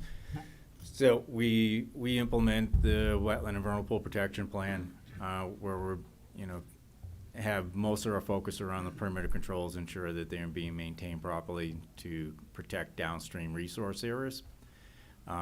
That frequency of inspection is noted in the materials we've submitted. It's approximately once a month, but we do coordinate closely with Tim and Langen's team as part of their SWIP monitoring requirements. They're out there on a more frequent basis, but we share reports, both sides, back and forth. Particularly if since they're doing more frequent inspections, they're starting to see an area of potential concern that could result in a downstream resource impact. We'll mobilize and get out there more frequently just to take a look at that area and make sure that things are shored up properly. And what about wildlife monitoring? Who's going to be in charge of that, getting them outside the exclusion fence, or identifying the wildlife and then getting them outside the exclusion fence? Again, Dean Gustafson at all points.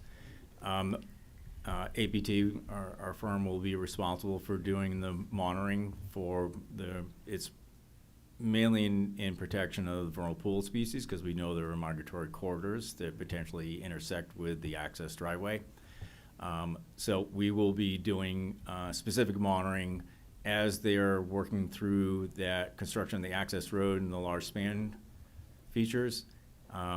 Initially, self-fence will be your isolation barrier during construction. The permanent fencing will be installed towards the end of the construction.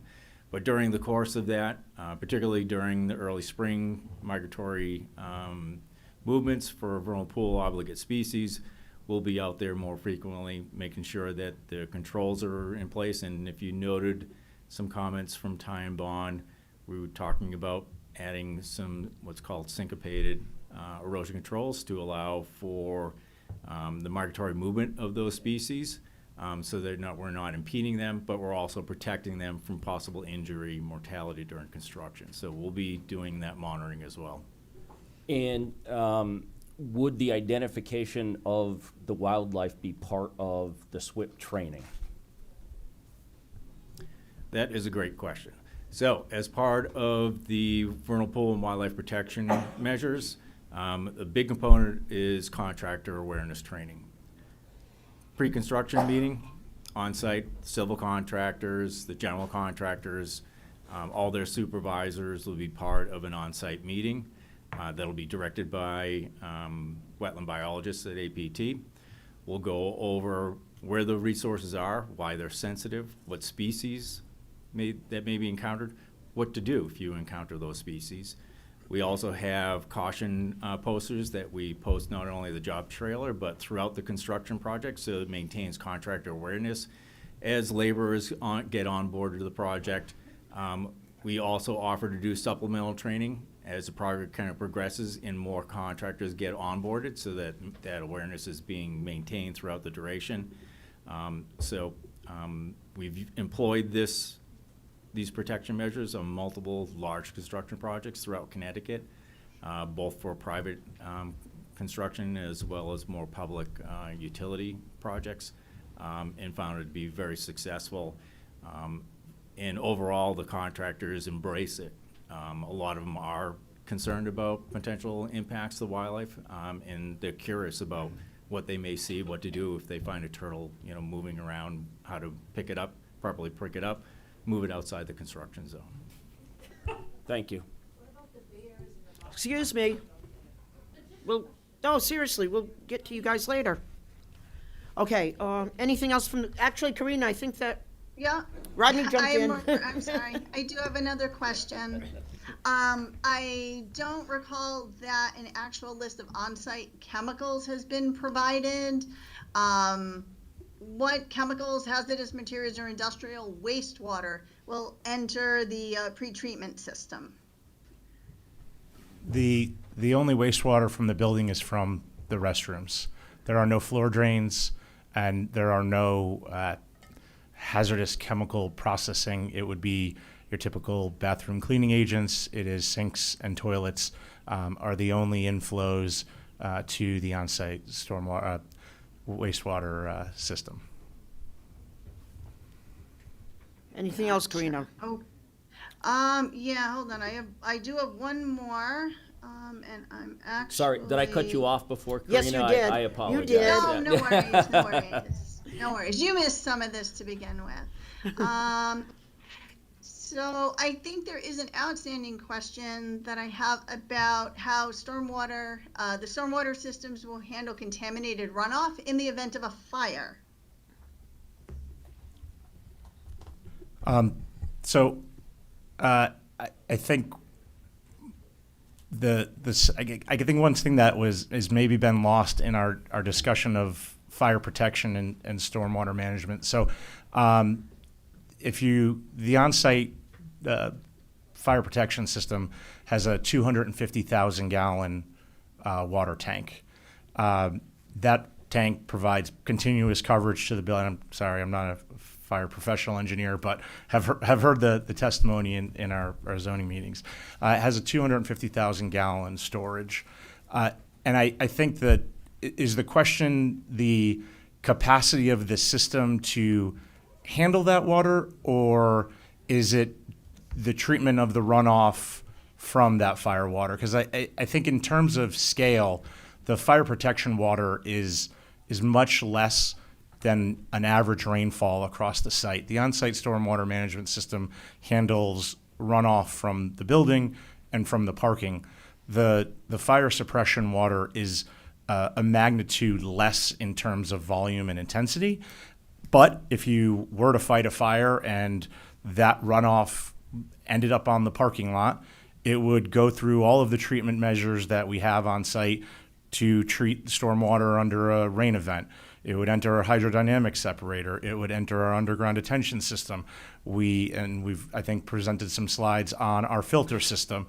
And then beyond that, we still have a level spreader and overland flow before it enters the on-site wetlands. So we've got a long chain. And if something were to enter it because of a catastrophe of a fire, if remediation was necessary to clean up sediment or clean up runoff, that could happen. But all of the infrastructure that protects the on-site wetlands during the normal course of operation would be functional if there were to be a fire in the building.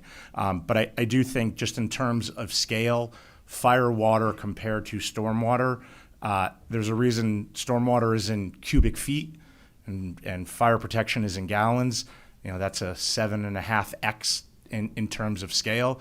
So I think if the concern was you're going to have so much fire water that the on-site system is overflowing and water is going to cascade down the hill, that's not the case. The on-site system is really meant for stormwater, which just kind of operates at a larger magnitude, and all of those protections that we have in place for your normal runoff of a parking lot and a building roof would be in place. So hope that helps. The question really was focusing on the contaminated runoff. Sure. That's really where the concern is. But you mentioned like your jellyfish system, and I actually, or the filters or something, and it made me remember. I do have another question about that, about the jellyfish filter maintenance. How can you? And I apologize. Like I said, 1,000 pages of documents. It's tough to keep track of it all. Can you clarify how was the rinse water to be handled? Where does the rinse water go? Like, is it possible that it's going to discharge untreated into wetlands? No. Again, Tim Durko, professional engineer with Langen. If you go way back in some of our slides, I believe from our second or third presentation, I did include some figures and some photos that show the maintenance of the jellyfish. So to answer your question, no, there is a call it an open section of the vault that holds the filters. When the filters are hosed, that water falls back into the sump that holds all of the filters. And if you recall, I mentioned that they would have a vacuum truck on site as part of the maintenance of the filters. So if you had a filter, you hose it off, the sediment and material that fell off the filter, it goes into the giant vault that holds all of the filters. A vac truck then empties that sump and takes out that water. The filters get screwed back in. And one unique thing about the jellyfish filters is that they filter water up. So water enters the chamber that holds the filters, kind of the opposite of a Brita, in that you fill a Brita from the top and the water drips through. In this, you actually use the pressure of the incoming water to push the water through the filter, rise it up through the filters, and then it discharges out. So if you get things to the bottom, even if you were to take a filter, hose it off, put the filter back, that water would still be filtered again. Not really the doesn't provide the benefit you'd want, and that you haven't cleaned the sump of all the material you just rinsed off. But even in that case, you would not be releasing untreated water downstream. So, sorry, I don't have the slide tonight, but I did include a photo that shows kind of what the system looks like when it's open, and there is a place for hosing off of those filters so that water enters back into the sump, could be vacuumed out the same way you would vacuum out, and you've probably been presented on hydrodynamic separators or vortex or contact units. Those require maintenance with a vacuum truck to suck up all the stuff that had settled at the bottom. This would be done in the same way. And Madam Chair, just to be clear, everything that Tim just described was included in a specific exhibit Yeah, that was I submitted. recall that. It is in the record, but. Yes, it is in the record. Makes it a little easier for us. No, As thank you. Karina said, it's the 1,000 pages that we have to review, and Totally understand, and Yeah. I hope that helps. But yes, the shorter answer is after you clean off the filters or replace the filters after a number of years and clean filters go in, they do have a lifespan. You can usually get several years of use out of them, but you hose them off, vacuum out the sump that collected that material. Because even with a filter in a storm event, you may have a sand particle that sticks to the filter because water is moving through it as the storm stops. You don't have that force of water moving through the filter. That sand particle would fall to the bottom of the chamber and essentially wait there to be vacuumed out. So that's no different than what we would do to the material that comes off the filter. And if you do Google jellyfish, they do have some YouTube videos that kind of shows their maintenance. And even if you were to take the filter and hose it off in the middle of the parking lot, that runoff would still enter the entire another cycle part of the system. and still end up being filtered. So not the recommended practice. You like to keep it all in the sump so that you could vacuum it out. But even if you were to take a filter and run across the site, hose it off, it would still enter the catch basin. It would then go through the hydrodynamic separator. It would go through the detention system, and it would eventually get back to the filter. So there is redundancy into the treatment of that. okay. Well, we think anything else. Rainey thought of something in between. Oh, Karina's got one more. I have one more question. I'm sorry, one more question. So I guess what is worst case scenario for system failure and its effect on the wetlands? Failure in, I don't want to. Karina, what system? With the stormwater management system. Failure how, I guess. Where things just stop functioning. Honestly, failure with any of the systems that you're planning to implement, with the filtration system, like the jellyfish, right? Sure. Or with the stormwater treatment, or even I want to say the wastewater treatment plant. Right? Sure. What's worst case scenario for system failure, and what's that effect? Yeah, I think the fact that we have a train, mitigates the idea of a failure of a system. So say your hydrodynamic separator reaches capacity in terms of sediment, you could consider that a failure. So your hydrodynamic separator is not removing additional sediment. Well, that water still moves to our on-site detention system. It still moves to the jellyfish system. So no impact. Say your filters are clogged and you have overflow. Well, you still have deep sump catch basins. You still have hydrodynamic separators. You still have an on-site detention system. You still have a level spreader at the wetlands. So, an individual component, this whole system doesn't rely on an individual component because you've got 5 or 6 steps in the process. So I don't know if I could be more specific without a failure, like the system doesn't vaporize. Like if an individual component had an issue, there are other components that still provide downstream protection. In addition to the fact that there is regular operations and maintenance that go along with this to prevent what's common in, say, old shopping centers is it's been 20 years since anyone has looked at the system. With an operation and maintenance plan and with the deep permits, that can't be done because of the the legal ramifications of having a permit that you're under the jurisdiction of.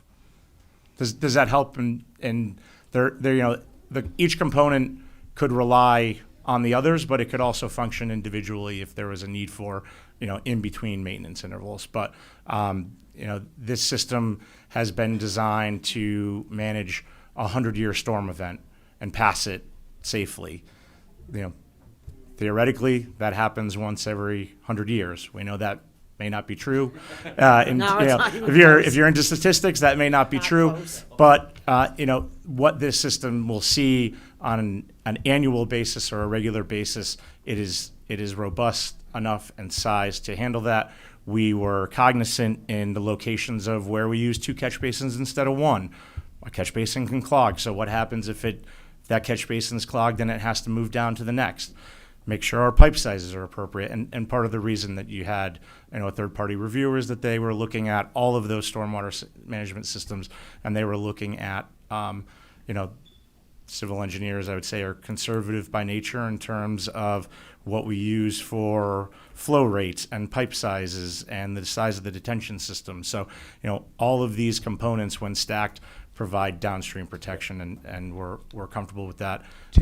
Tim, can I just interrupt? Can I just turn to Dean and ask him, Dean, can you just summarize, since we're talking about this concept, how will the future inspection of the wetland mitigation areas proceed, and can you identify sort of the future actions that might be taken? Sure. Dean Gustafson from All Points. So as part of our 5-year, both during construction period as well as 5-year post-construction monitoring, we'll be inspecting the level spreader locations as they discharge into those wetland resources to ensure that they're functioning properly. We're not seeing sediment deposition at those locations that could potentially affect wetland resources. And those inspections will be documented in reports that will be submitted to the commission. And if you find conditions that need to be repaired, what happens? If we do find a scenario where there needs to be a corrective action, we would notify the commission through their staff about that observation and engage a contractor to perform whatever mitigation is required in coordination with this commission. Thank you. Thank you. Rainey, I think you had one more.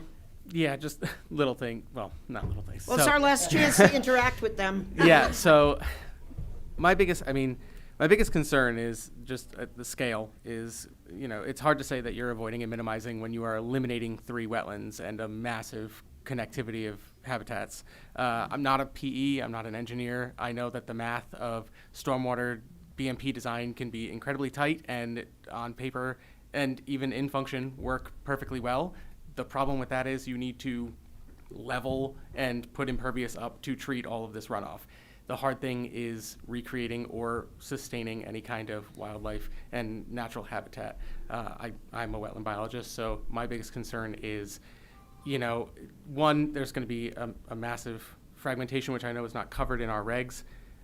One of my biggest concerns is the mitigation ratio as, given by all of your reports is 1.42 to 1. However, an enormous percentage of that is in conservation land that is being deeded to the town, which is not really it's protected land, but as of right now, that is protected land anyway. And then the actual restoration and creation of wetlands is notoriously not successful. So creating a wetland is incredibly hard to do. Better off just leave it alone kind of thing. But if you're going to be creating these wetlands and you're going to be restoring these wetlands, which I agree with some of the points as well, some of these historically disturbed wetland areas are probably going to be improved by what we can do, eliminating old farm roads and things that are bisecting them at the moment. My question is, what percentage of the mitigation ratio is from this restoration and creation specifically, and if you fail to meet that ratio in actual recreation of functions and wetlands, of existing wetlands, I know we talked about a bond and an escrow account to account for that, but it's almost assuredly going to happen where someone's going to have to step in down the line and we're going to have to be recreating or restoring or doing something elsewhere. And really, it's just a net loss in this area is my problem. Dean Gustafson from All Points. So there's a little bit to unpack from your statements and then your question. That's fine. So the project will directly impact 4 isolated wetlands. They don't provide vernal pool habitat, and they provide limited functions and values, and that's documented in our wetland assessment report. So with respect to connectivity to other resource areas, there may be some, but it's not significant because of the lack of function and value of those 4 isolated wetlands that will be eliminated. With respect to the mitigation ratio, the 1.42 to 1, that does not account for any of the wetlands that we're preserving through the conservation easement or the conservation land. That is strictly a result of the wetland enhancement, just the wetland restoration and the wetland creation areas. Those are the only 2 areas that go into that ratio. With respect to providing some assurances that those mitigation areas will provide high-functioning wetlands, we have 5 different performance standards stated clearly in our mitigation goals. That is monitored throughout a 5-year post-construction monitoring period. If for some reason we're not adhering to any one of those goals, there'll be corrective actions that'll be required. That'll be coordinated through this commission and staff if that happens, until all 5 of the mitigation performance standards are satisfied. That'll provide the commission assurances that what we're stating as far as we're creating 1.42 to 1 mitigation ratio, that you'll have at a minimum that area for wetland enhancement and creation, and that'll provide high functioning values at that point. So those are the standards that are set forth. We actually included in that discussion that if for whatever reason 1 or more of those goals aren't met, the monitoring period continues beyond 5 years until it's all satisfied. Okay. So Thank you. I hope that answers your questions. Yep. Yes, thank you. You're welcome. Now, we should probably move on to our review team, and they probably would have answered some of our questions. We'll go from there for now. Yep.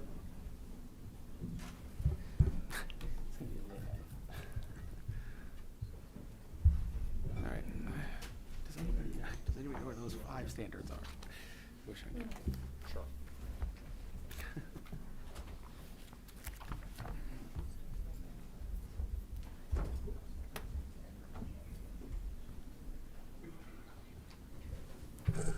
Good evening. For the record, Andrew White, professional engineer with Ty and Bond, and with me tonight is? I'm Rick Handevan. I'm a professional wetland scientist and a registered professional soil scientist with Ty and Bond. Okay, I guess get to it. That sound good to start with? Absolutely. So, as identified in the letter that was presented on May 28th, we had reviewed the most recent round of applicant materials, as well as the stormwater management reports, and found that the revised plans and reports are in general conformance with the town standards as well as the state standards. They had satisfied, for us, all of our comments that we had had. I know there was specific comments that were addressed, or the commission had asked of the applicant. We'd be happy to go through those. Most of these focused around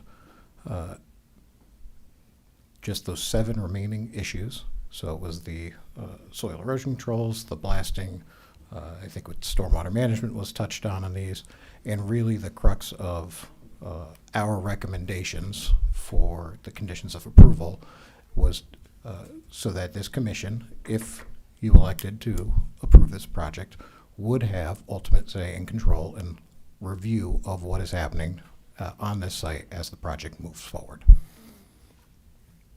Just one note on those conditions. Jonathan shared some standard conditions, so these were really specific to this project. They relate to like the blasting plan that we've discussed, other conservation easement connectivity, so they're very specific to this. So that's not to say that you know, we would recommend you include your standard conditions as well. These were really sort of specific to the discussion that we've had with the applicant through the process.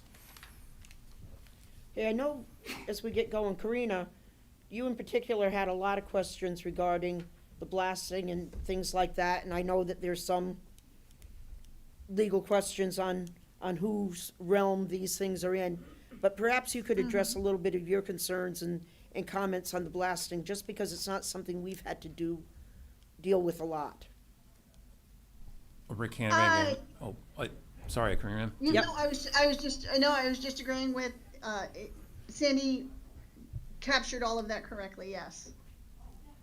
So Okay, let's try it. on the blasting, I'll start with one thing where some of the comments I was asking about were relating to basically like sulfide. So pyrite is a mineral that is common in, you know, the environment. It's what causes acid mine drainage. So you know, we don't have a ton of you know, mining here apart from sand and gravel, which doesn't tend to be a source of that. There's the failing foundation problems that you've probably heard about that kind of are somewhat associated with that. But some of the questions I had asked in the original comment letters were relating to, you know, if you open up all this rock, you have the risk essentially of acid mine drainage. And one of the last comment responses from the applicant was that they actually did sulfur testing on rock cores and it came back non-detect. So that was one of the key chemical concerns that prompted one of the initial questions. There was also some discussion on blasting chemicals, which, you know, I think we all want to review in the blasting plan, you know, following the discussion we've had, but the quantity associated with chemicals with blasting is something we all want to review, but it's different than, you know, the solid mass of rock that you're exposing to air that could then be a potential source of leaching of basically of sulfuric acid. So that was a bigger concern that was addressed by the chemical testing that was provided. So you know, that's one part of the back and forth we've had in our comments about blasting. I had missed the part where there had been chemical testing. Had you seen that part, Karina? I hadn't seen that, no. Oh, you missed that too, Rodney, or not? Or did you Yeah, catch some of it? I did not catch that there was chemical testing. It was, yeah, like everyone said, there's been a lot of comments. That one was one from me, so I was kind of focused on it. I don't want to minimize the other discussion on concerns about the blasting chemicals themselves, but, you know, that one was kind of top of mind because of just the volume of material that's going to be, you know, bedrock that's not exposed to air now that's going to get opened up and moved around, and that That's one reason we're throwing so much stuff at you guys this evening. Exactly. It's one of our last opportunities for a give and take. And as we said, just the sheer volume of what we have to review, it's sometimes nice because I think we all miss that. For the That record, part. I think it's the It's in there response- somewhere? 57B, I think is the Oh, so you caught it. specific comment. Thank you. Thanks. So it's just some things like that. Yeah, I don't know if you have other questions for us. You know, we could get deeper into the conditions if you want, but if there's other topics you wanted to review. What about some of the other questions that you people had? Were they pretty well resolved at this point in your minds, or? The one that I still struggle with is not having a response from the Army Corps of Engineers. It's on, yeah, it's on. My concern is not having a response from Army Corps at this point. I've dealt with Army Corps a lot. I know they can, I'll say, be slow. But typically when I have them review a site, they always come back with some comment. And that's what I'm struggling with at this point, is not having The some. magnitude of this, and there's nothing out there? Yes. And I'd like to know Ty and Bond's stance on that, to be honest. Sure. So Rick Hanavan again, the request for jurisdictional determination is very much in the weeds with the Army Corps process, but they, in Connecticut and New England, they're starting to bring some more like historically, New England District of Army Corps has been very different than the rest of the country. Everywhere else issues JDs or jurisdictional determinations, and they don't here. So getting them to issue one is more challenging. So the timeline, I'm not surprised it's taking a long time because, you know, I've been doing wetlands work for like 25 years. I haven't done a jurisdictional determination in Connecticut, even though I work primarily in Connecticut and Massachusetts. So it's an uncommon request. I think it's the kind of needed, but also, you know, so that's going to determine whether or not the isolated wetlands that will be filled or lost by this application are in their jurisdiction. They're definitely in your jurisdiction. So your commission's assessment, you know, would need to review the functions and values assessment they've presented on that, the limits, the area of those wetlands that are being lost as part of the mitigation ratio we've been discussing. So that's all kind of a big part of your assessment of the application. You know, what if the Corps does or doesn't take jurisdiction over those wetlands? It doesn't. It doesn't because the screen's bright. Right. It doesn't. You know, it doesn't. They kind of need to be independent. You know, like you should regulate those wetlands under your your regulations. If the Corps also takes jurisdiction there, you know, great or not great, you know, they have to implement their regulations. It's been like their jurisdictional limits are even more subject to changes based on federal actions. So, you know, I understand, and I'm, you know, curious to hear what the Corps says, but you need to implement under the Kinley local regs. Yeah, I do understand that, but again, I do development work, right? I mean, and I recently had JD from Army Corps, and it actually changed what we were responsible for quite a bit, right? Because not only did the town take responsibility for some wetlands, but then the Army Corps took responsibility for other wetlands. So that's what I'm struggling with at this point, right? Because if they come back and say, you know, we have jurisdiction over those wetlands, then this whole site plan is out the window.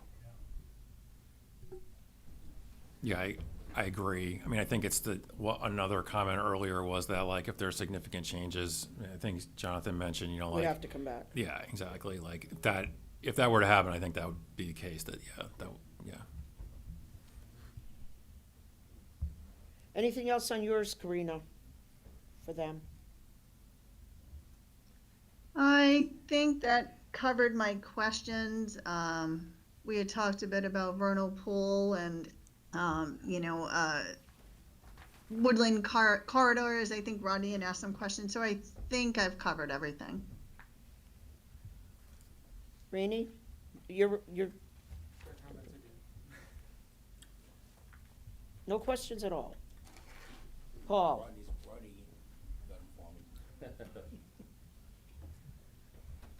Anything for our guys?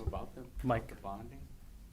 Yeah, what's your opinion on bonding and escrow account, things like that? Yeah, I mean, it's pretty common practice to bond erosion control where, you know, if someone starts a construction project and then, you know, goes out of business, leaves or whatever, you have, as the town, the ability to stabilize the site. Mitigation would be the same. I don't have the core mitigation SOP, standard operating procedure, like guidance that this plan has worked off of, but I'm fairly certain there's like financial surety sections in there. The rest of the proposed mitigation is really tracking, you know, it's like a 400-page document from the Army Corps from a few years ago, and I would say the applicant's done a good job of, you know, following the prescribed procedures under that program, and that's, I would recommend looking at that as a guidance for financial surety to make sure that you would have the ability to get the mitigation to completion if the applicant wasn't able to. Okay, and then I think Jonathan or Ed, we were wondering if it made sense to set it, as he said, cash is king, and perhaps an escrow account. Were you? that's something that's Typically- doable with the town? Typically, what I've been seeing lately is more towns are asking for escrow rather than bonds, just because the cash is there and they can draw on it if necessary. Whereas a bond, you actually have to put a claim in and do what you need to do. access to it. Microphone, Ed.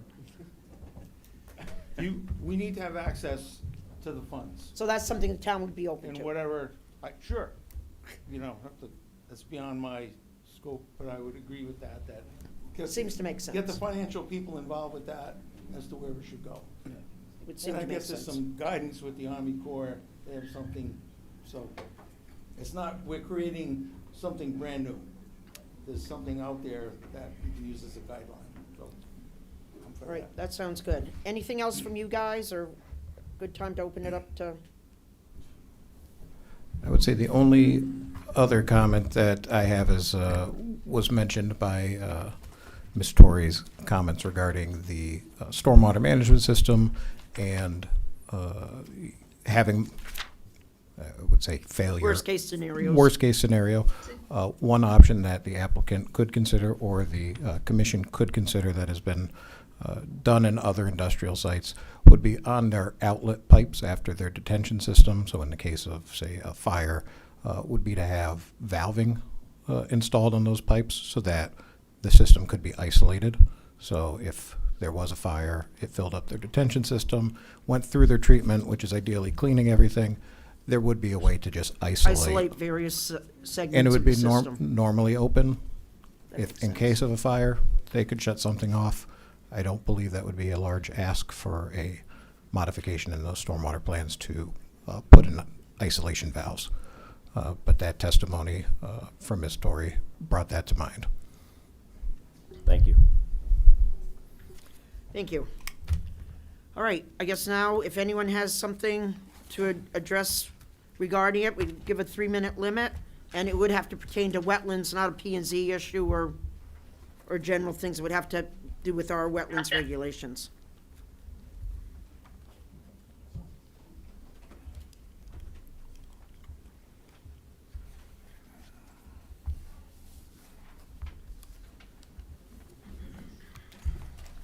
Hi there. Name's Russ Daniels, Sales Ave, Dayville. I worked as a CNC machinist for 35, 40 years before I retired a few years ago.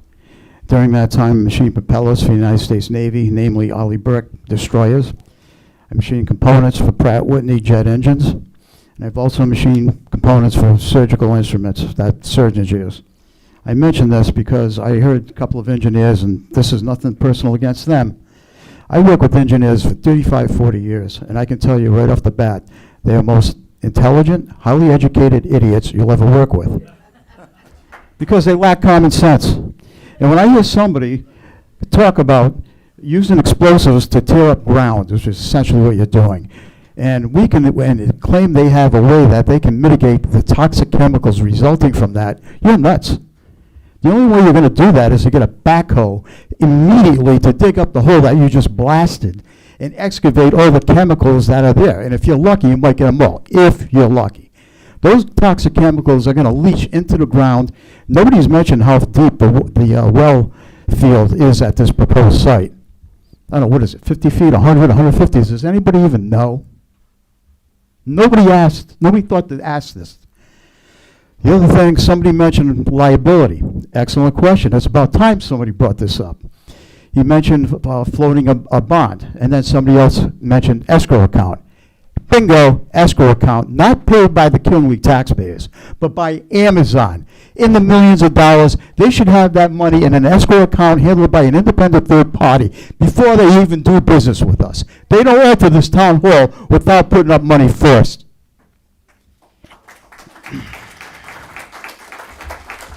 And let me give you a quick history of Amazon. Amazon, less than 20 miles from here in Johnson, Rhode Island, has a 3.8 million square foot building, 5 to 6 stories. One floor is 20 acres alone. They have 6,000 robots in that building. Let me repeat that. Point of order, Madam Chair. Yep. This is not relevant to wetlands. Thank you. It is true, it does need to be wetlands related.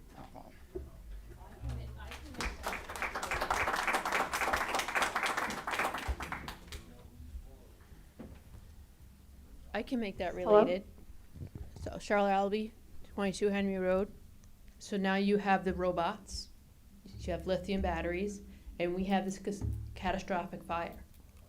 As the woman on there spoke to, all this runoff from lithium batteries, where is that gonna go? When they go up, exactly. When I have an electric car, I don't park it near my house because if that goes up, there goes my house. I didn't want the car, but anyways.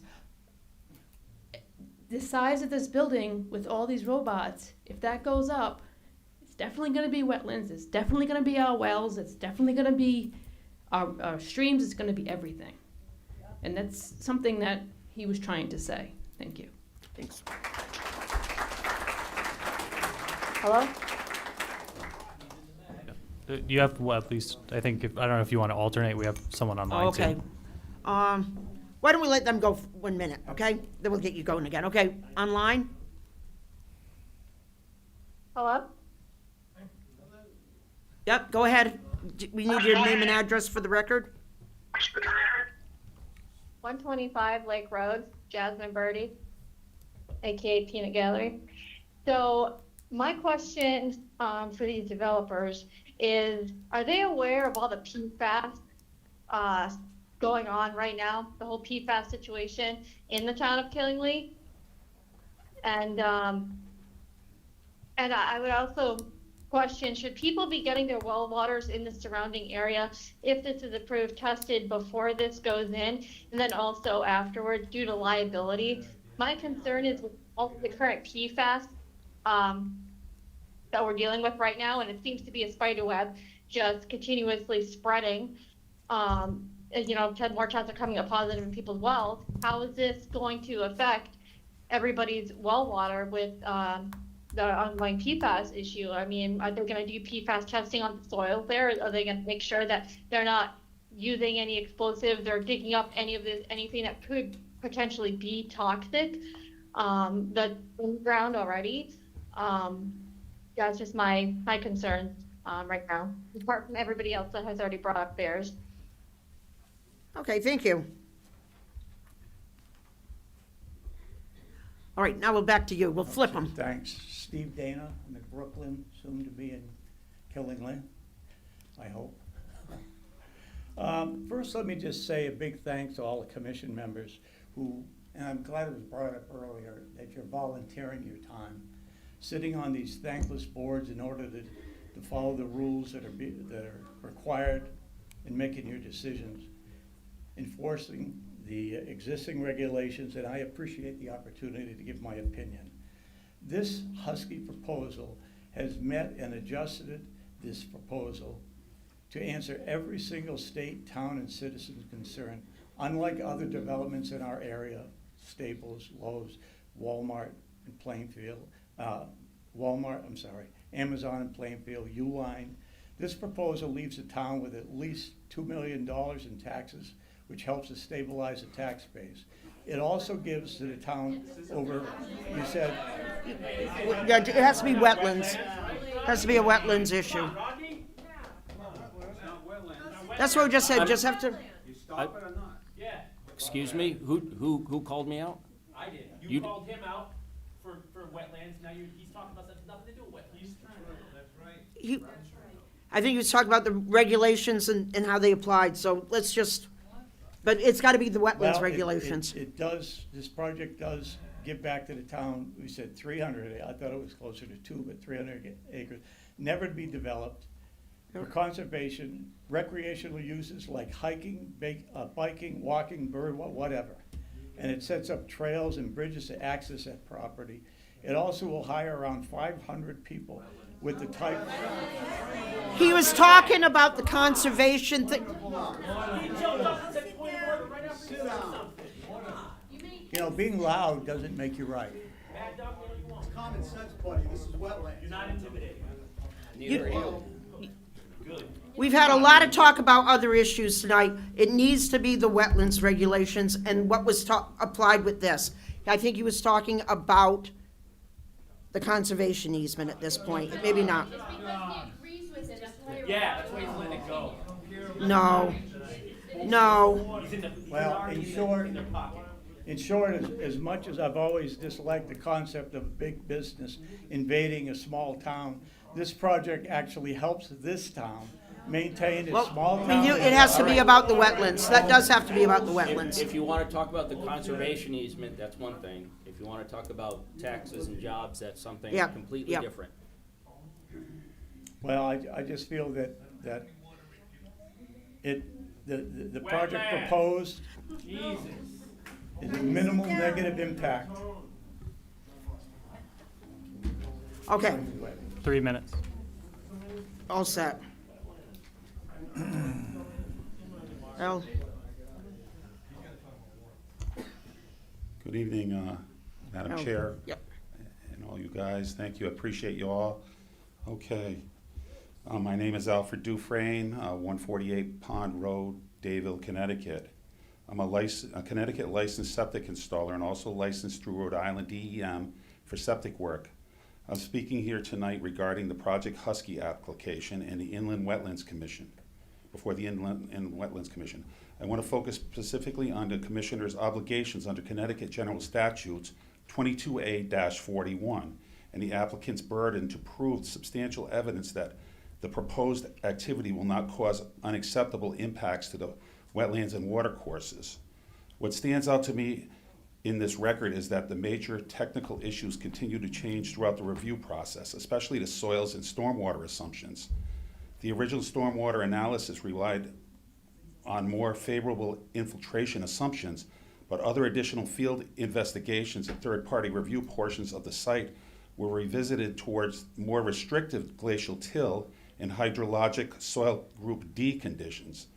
That matters because the stormwater systems are only reliable as the soil assumptions underneath them. The town's own third-party reviewer raised concerns regarding infiltration limitations, groundwater flow paths, trench drains, wetland 17 discharge conditions, erosion and sediment controls, and the expansion of wetland 25 after additional investigation. The peer review process also initially concluded that the stormwater standard 1 was not met before the revisions were submitted. And while the materials submitted today state that many comments were addressed satisfactorily, that this still is different from the Commission independently making them findings required under the Inland Wetlands and Watercourses Acts and your regulations. To me, this was not simply a refinement of minor details. Critical assumptions on how water moves through this site were still evolving during the review process. The application also involves direct impacts to wetlands 16, 17, 18, and 25, along with substantial activity within the upland review area. The repeated revisions are needed to soil analysis, drainage design, and wetland boundaries, and stormwater calculations. I believe the Commission has to carefully consider whether the applicant has truly met its burden under 22A-41. I also want to address the idea of monitoring and future adjustments. Monitoring after approval is not the same as proving compliance before approval. Future corrective actions are not substitutes for demonstrating how with confidence and that the proposed system will function without adverse impacts to wetlands, groundwater, and flow paths over the long term. Under Connecticut General Statutes 22A-41, the Commission must consider feasible and prudent alternatives, the relationship between short-term and long-term impacts, irreversible commitments of resources, and whether wetland impacts have truly been minimized to the maximum extent possible.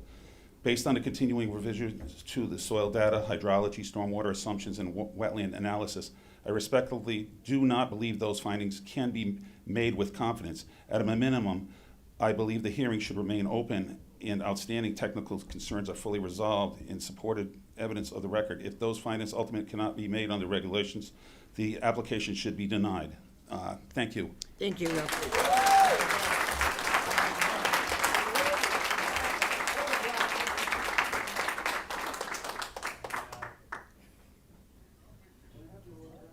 Now, Charlie, he only went a little over 3 minutes. I know it's 3 minutes, so get. This is going to be tough. I will try it. You know me well. That's going to be tough for you. That will be tough. But first, I want to thank the Commission for the consideration you've shown everybody in this matter, both the applicant and the public. It's a difficult question. You have a difficult job, and however you rule, I know you will give it your best effort, your best consideration on it. And people should respect this commission. Now, a couple of things. First, just a second, this has been a long day, so I haven't planned as much, but you have three options to be able to turn this application down. First, as I mentioned, the party came with unclean hands before you. They were deceptive. They hid the fact that they knew exactly what was going to be in the warehouse, not who, because that's irrelevant. And a lot of people in this room indirectly or directly own Amazon stock. So, but it's not who, but it's what.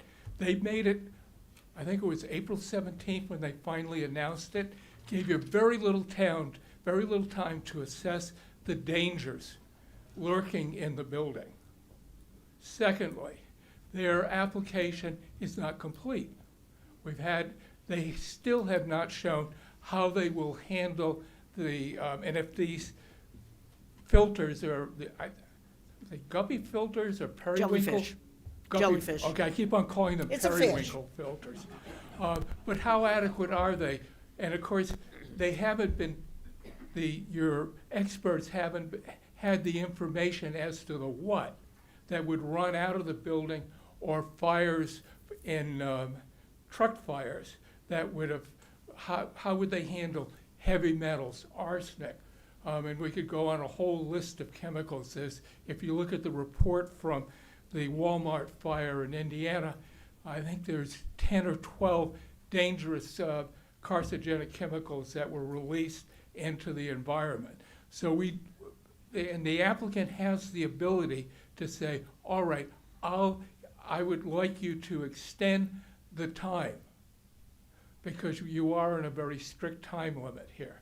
So your experts, Ty Baum, could actually look at the question and say, yes, these filters are adequate or not. Right now, you have to reject it because they haven't given you the information to be able to say, yes, they've adequately protected the wetlands. So the application is incomplete, or the application is, they've decided this is their application, and there is no sufficient evidence for you to find that the wetlands are protected from fire. And lately I've been wanting to climb under the bed because I've been looking at industrial warehouse fires around the world, and we should be careful about having meetings because if you've noticed, the fire out in California was the April meeting. The fire in Waterford, UK was followed shortly after your May meeting.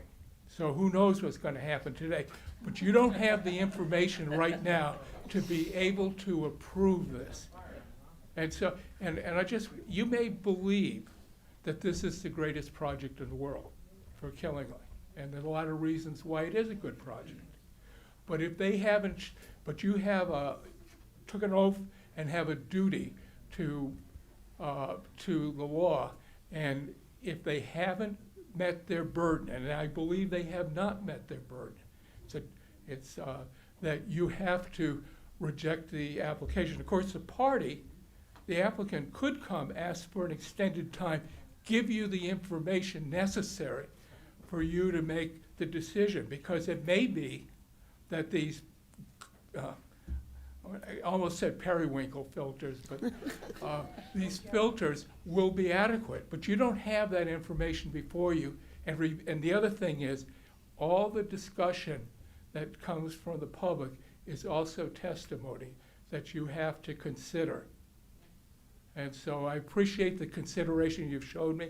I think I cheated on the 3 minutes. You did. You're well over. Okay. Well over. All But we right, had to thank at least come up with some kind of a guideline, or we're going to be here till midnight because we still have Old Killingly Pond coming. Okay. I have time? Go ahead. I'll make it quick and easy. Good. All wetlands. Go for it. 'Cause I gotta go home and take care of that tomorrow. Okay. Early. Gentlemen, how are you? Biggest thing, Gotta go through your name and address again, Carl. Carl Munger. Yep. 509 Reynolds Street, Danielson, Connecticut. An advocate for my father, Leo Munger, who's lived there since 1974. He He's 80 years old now, and I'm on his deeds with him. All right. So earlier, this gentleman got up. I'm gonna make it quick. You greeted everybody here, but you didn't turn and look to everybody out here and talk to the town, the people, the public. That's not the point I'm getting to. You guys are my neighbors, my friends, my family. I see you at the red light and you tell me to go to hell. Whatever. I get it. Anyways, now on to wetlands. I'm totally with it, with all these signs. So they're proposing they're gonna give the town, what, 200 acres or 250? Help me out, guys. I went to the Killenly school system. All right? Okay, so they're giving the town 200, 300, whatever acres. It's already 500 something acres. Do you think the little water animals or the real animals care in distance? No, they do not. So we're gonna do all this work, build these great things, build other things. Guess what? Animals don't read. Animals don't write. You know what? I've been out there on the workforce. I've done it all my life. I worked all over Mass, Connecticut, parts of Rhode Island. I've done it. I've seen it. Yes, you can train us, you can teach us, you can tell us. In the trailer, there's billions of papers. I get it. I've read them, I've seen it. This is what you gotta do. Majority of workers really don't give a shit. Sorry, I didn't mean to swear. Because they're there for a paycheck. I'm guilty. I've been there. I'm there for a paycheck. I go home at the end of the night. Really don't care what happens. Now I'm older, I'm here, and it's in my town. Now I'm starting to care. But years ago, I didn't care. I got a paycheck, I went home, got a 6-pack of beer, and saw my wife and kid, and I was happy. Bottom line, we need to save this little town because the last Green Valley, we had a big hurrah several years ago, and I helped put up street signs, save the last Green Valley, and Route 97 and 44 and all that. I've been there, done it, put them up, you know. But I can't believe you couldn't turn and look at people and just say, hey folks, this is what we want to do. How can we work with you? Like I said, some of these people know me. Some don't know me from Boo. And I get it. And I'm guilty like this guy. I shop at Walmart. I've gotten stuff delivered from Amazon. I get it. I'm just as guilty. But I just don't want it here in town because, like I said, animals don't read, fish don't read. And they're going to figure out how to go around a fence or go up a hill or around the corner. They're going to figure it out. That's all I have. Thank you. I must leave now because, like I said, I got to get to bed because I got to get Dad to the hospital fairly early tomorrow. 2:59. Whoa. Good. Have a good night, folks. Thank you. You gonna time it? Okay. They were. Just tell me how I know you guys because I will forget. I got the timer, yeah. Hold on. The real one. All right, see ya. Ulatique Barclay, 26 Dark Lantern Hill Road. I'm here as a resident and also representing my 3rd district people. I'm going to address issue 7 from today's information that was released in regards to Project Husky. And this is one of the questions from one of the residents. The project will adversely affect public drinking water in town. The answer was, the project site is not located within a water company public water supply watershed. The nearest public water supply watershed is more than 4 miles to the north. In addition, the project site is not located within an aquifer protected area. For all of the reasons stated in the above response, which for issue 3, which relates to the stormwater maintenance plan, which is incomplete, the applicant does not believe that these will be any impact to public drinking water in town. However, I do believe that there will be a negative impact. The building, the project site, 30, 40, 50 acres, is at the headwaters. Excuse me 1 second, Ula. We won't take your time. We're just finding it in the comments. You said item 7? Item 7 is outlet pipes. Issue 7. Issue 7? It just came out today. Oh, this is the Robinson and Cole. Oh, this is. Okay. Yeah, just, I'm sorry. Okay. That's okay, thank you. Told you, we've got a lot of papers we're looking at. A lot of them. So, the project site is at the top of the headwaters. Headwaters are the ultimate source and the upper beginning reaches of the waterways. Disruption of the headwaters leads to disruption of the entire downstream ecosystem. The headwaters go to Mashantuck Brook, Whetstone Brook, and directly recharge the Hopkins well field. This is the primary public drinking water. Because the Hopkins well field meets the major state threshold, the entire contributing land area, including where development of the Husky project is proposed, is subject to the tight legal protections to ensure the safety of the drinking water for those thousands of residents. All of our water is interconnected. We don't have a magic reservoir that just supplies public water. All of our water is interconnected. It supplies public water. It supplies all of our wells.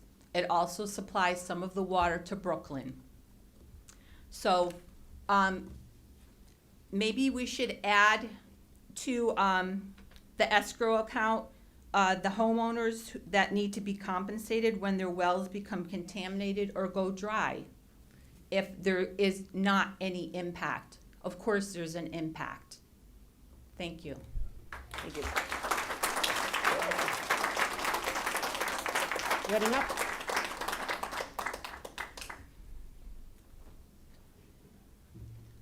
Amber Beaudry, 492 Westcott Road. Hi, neighbors. If you're familiar with Westcott, I am the second house on the left, just past Cranberry Bog, right before the road goes like that, real bad. I live on 8 acres of swamp, bog water. I'm on the drier end of Tatro Pond, I guess. My big concern is what happens to my wetlands, the wetlands that I grew up on. I've been living on this property since I was, what, 2? When did you guys move in? In 81 or 80? 80, my parents. They live at 482 Westcott Road. They've been there since then, and my mother lived in the house I live in since she was 5 or 6. It's a family property. I don't want to move. I don't want to leave. I don't want my land that I've lost shoes on, my kid lost shoes on, that's my kid over there. I want to live there for a long time. And I know that there's going to be, what, 400 to 800 trucks a day, 24/7? Is that what the count is? What comes off of trucks besides dirt and exhaust? And it lands on stuff. That first sharp turn right around my property, it's my frontage. When the rains come, the water comes over the road. I do not suggest you do the speed limit, anybody, during a heavy storm or any kind of cold, because it is an ice rink. Absolutely bad. What happens with all that traffic? That road can't take that kind of traffic. And I'm worried about my wetlands being destroyed by it. I know what's out there. As a kid, I would play in the stupid swamp like an idiot. I've lost shoes. We found those giant spotted salamanders out there, jack-in-the-pulpits, lady slippers. We used to have yellow ones. I don't know where those went. Just there's a lot out there, and I know it's going to get wrecked. And I was talking to some friends earlier this week, and the talk came up about, like, can you live with the worst possible scenario? If you can't, you need to get up and say something. And I don't like confrontation, I don't like public speaking, and here I am. So I just think wider. This isn't just about what they're doing for their land. That's great. Your land is your land, it's great. Over here on my land, that's gonna be directly impacted by the actions of this company, all this traffic. It's gonna impact my land, it's gonna impact Fall Brook, which is just down the way, that little tiny pond right across from Fall Brook that has ducks in it. Like, we know what's gonna happen. I've seen beavers. I almost only killed one because I hit it. Whoops. But it was on the road. It didn't read a sign. I'm sorry. It survived. But just, there's a lot more than just this one property being affected. It's all of us on Westcott Road. And I'm the only one so far that said, I live on Westcott. I did. You live on Westcott. Yeah. And my neighbors live on West side Westcott. of They're right there. So I know I'm over 3 minutes, so thank you. Thank you.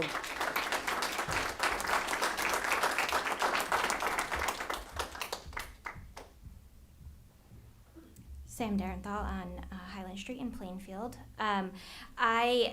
just want to say thank you. You have a really hard job tonight, and you have a really big duty to not only protect the wetlands during this build and while it's operational, but issue number 4 in what we were talking about just a little bit ago says that the issue of a closing or an abandonment of this building is based on mere speculation and not based on fact.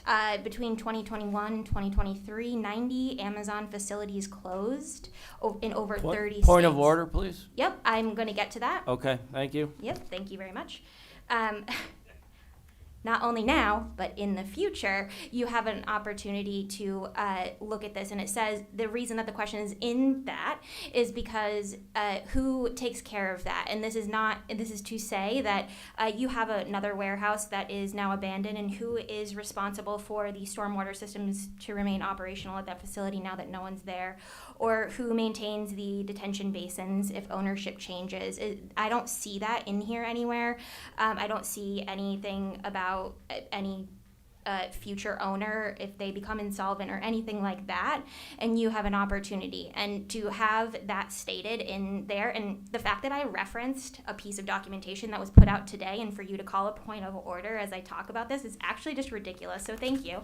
But I just want the people of Killingly to know that your voice is being heard, and it is there, and you deserve this. You have another warehouse that has been abandoned. So this is not mere speculation. This is not a hypothesis. This is something that could really happen, and this is related to inland wetlands, because this is not only going to have all of the other impacts, and you have a lot of fancy words being thrown at you by people who are making thousands of dollars to be here for the past 5 months, and then to call it an extensive process as if the people who are here for free are getting paid to do this, that you are getting paid to do this while they sit there, and yes, that is their job, and they have a lot of money to do it. And for you to have a point of order while I'm trying to make a point on a document that was put out today is ridiculous. People of Killingly deserve a voice, and thank you very much. I didn't get your name. I'm sorry? Sam Barenthal. Barenthal? Barenthal, D-E-R-E-N-T-H-A-L. Thank you. Thank you. Hey, again, Amelia South, 731 Upper Maple Street, Danielson. I just wanted to ask again, I know I was here the last couple of meetings. You guys said that the warehouse, the lights are gonna be on, it's 24/7 warehouse, right? So it's everything. I know this, you guys are concerned with the wetlands and the wildlife in the wetlands, and that's what I'm talking about. If you can't live or sleep with bright lights in your face and sound pollution constantly going in your ears, how do you expect the wildlife to be able to survive? All animals have a circadian rhythm, and they need nighttime for that. I also just wanted to mention, I didn't see in the responses my previous questions from the other meeting about how the project said they're going to be digging in the construction, they're going to replant native plants, and I didn't see any study or anything mentioning how the native plants are going to be able to handle like all the toxic crap that they put in the soil from the construction process. So just there you go.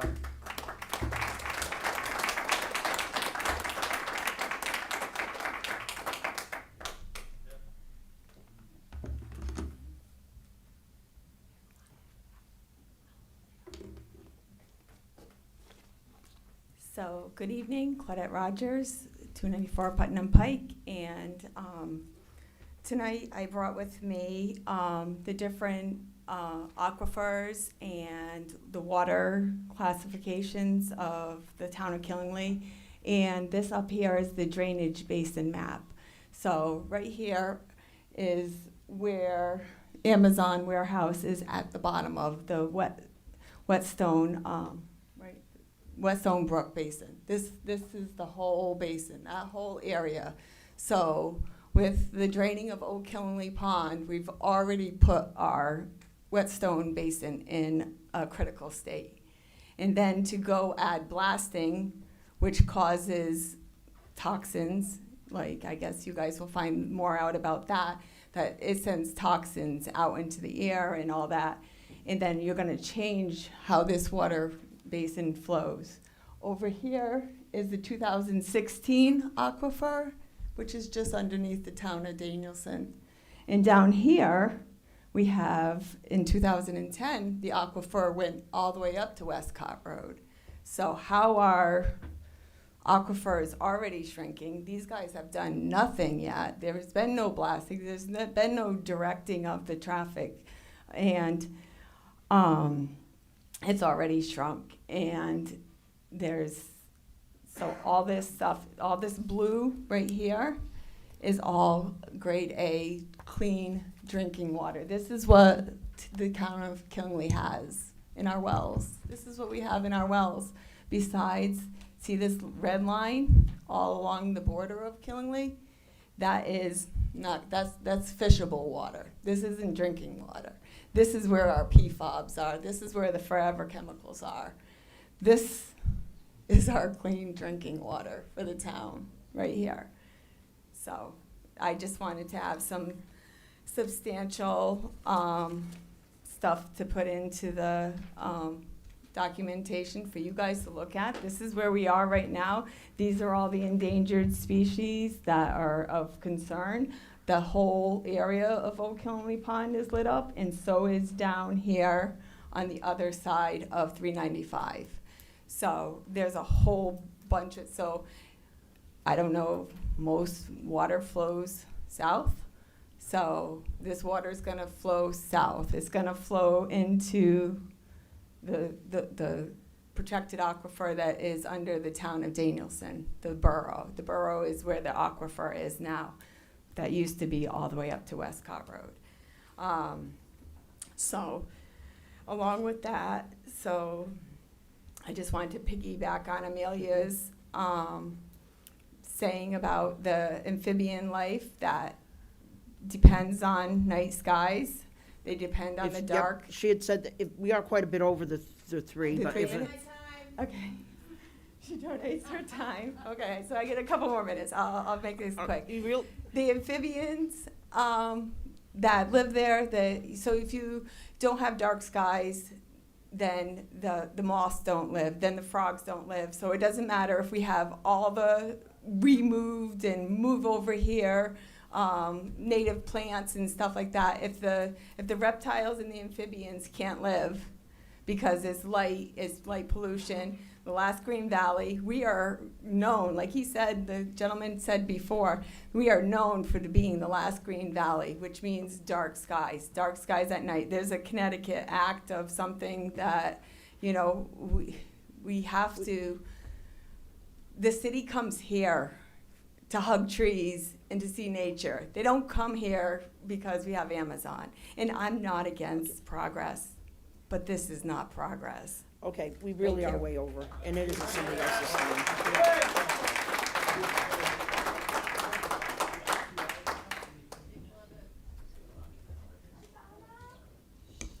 Good evening, Jennifer Bryant from 520 Reynolds Street in Danielson.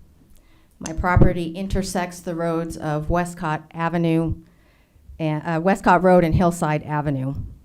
I'm in opposition of the Amazon Husky project and Route 12, just for the record.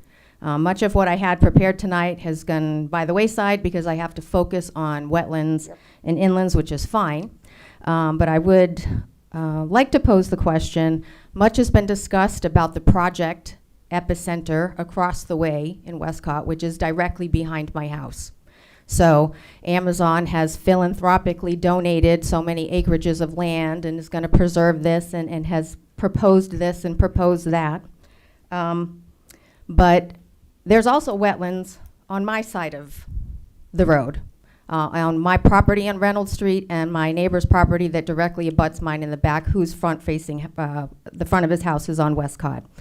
There's wetlands on our properties as well as 2 little streams.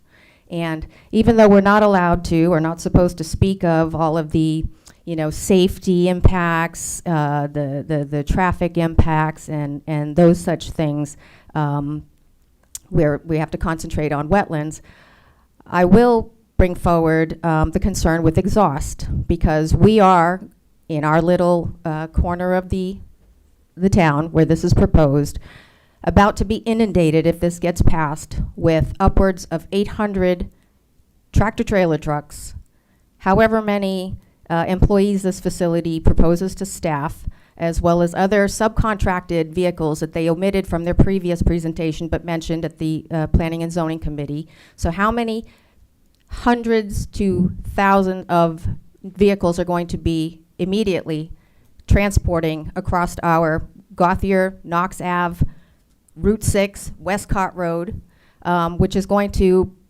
immediately result in a plume of unmitigated exhaust fumes. Those don't. I would be entertained by another, sunshine enema presentation by the Amazon team about how there will be no impacts and there are no threats and everything has been fine and resolved. However, that dust and that pollution and all of that exhaust and those toxic hazardous waste is going to settle into the ground. What does that do to our soil? What does that do to our quality of water? What does that do to the properties that we pay this town taxes to reside on, and have lived peacefully for however many years? I've been a resident of this town for 20 years. Nothing in that acreage that you are donating back to the town is going to do anything to mitigate the hazardous effects for those of us on the opposite side of Westcott Road, or in the vicinity where that barrier is going to be placed in either case. Nothing has been said about how those are going to be mitigated. Going back to the overusage of the words proposed, somebody else already touched upon this, but I'd like to reinforce it. Okay, because we are well over, so, give a few more seconds, but just wrap it up, kind of. Thank you. Thank you. Much has been proposed, but what will be actualized are two entirely different things. While we appreciate all of your time and the careful consideration that you have given these plans over the past 5 months, we have been blindsided by this. Our way of life, our quality, our ability to sleep quietly and enjoy peaceful and know that our water is not polluted or that our wells aren't going to crack, and all of the other concerns that the citizens have expressed here, that as much respect as I can muster, sir, you have not addressed. Okay. I implore the town and all of the boards and committees that were weighing in on this decision to please carefully consider the impact to the residents that this is going to have, because it is your sworn duty to have our best interests in mind. Okay. Thank you. Thank you. And we will be sticking to the 3 minutes, and it's not sharing anybody's, we really have to. Susan LeGros. Can you hear me? Yep. Susan LeGros, 106 Chestnut Hill Road, Dayville. Okay, this proposal involves a warehouse of approximately 1.37 million square feet, making it one of the largest industrial developments ever proposed in this area. As I reviewed the application materials, the peer review, and the applicant's responses, what stood out to me the most was not a single unresolved issue. Rather, it was the extent to which the protection of wetlands and water courses depends on engineered systems, future monitoring, future plans, and assumptions about how the site will perform after construction. The project relies on bridge crossings, stormwater basins, filtration systems, dewatering controls, turbidity barriers, cofferdams, sediment controls, groundwater management measures, and long-term monitoring programs. The question before the Commission is whether all of these measures together provide sufficient certainty that wetlands and watercourses will remain protected. That leads me to 3 questions. First, portions of the proposed bridge construction will occur approximately 5.5 feet from wetlands and watercourses. given the excavation and foundation work required for those at those locations, what margin of safety exists if actual field conditions differ from what is anticipated in the plans? If unexpected conditions are encountered during construction, how confident can the commission be by the impacts to nearby wetlands can be avoided? Second, the peer reviewer originally questioned how blasting rock cuts and excavation could affect groundwater, flow paths, and nearby wetlands. The applicant concluded that impacts are not expected. However, the recommended approval conditions still call for monitoring groundwater seepage, redirected groundwater flow, and corrective action if the problems occur. If these impacts are not expected, why is ongoing monitoring necessary? And if the monitoring later identifies a problem, what assurance exists that affected wetlands can be protected or restored? Third, the town's peer review recommends post-construction monitoring and reporting to evaluate how the site actually performs after it is built. If monitoring is needed to determine whether these systems function as intended after construction, how can the commission determine today that potential impacts to wetlands and watercourses have been fully addressed? For me, these questions all come back to Okay. one issue. Can I have just like 2 more seconds? Yep, just Certainty. finish up because we're at like 4 minutes. Oh, I'm sorry. Yep, I'm nervous. that's okay. Okay, so for me, these issues come back to one issue: certainty. The larger the project, the greater the consequences if assumptions prove wrong. That is why I believe critical environmental protections should be demonstrated and not assumed. I have more, but I'll end there. Thank you. Thank you.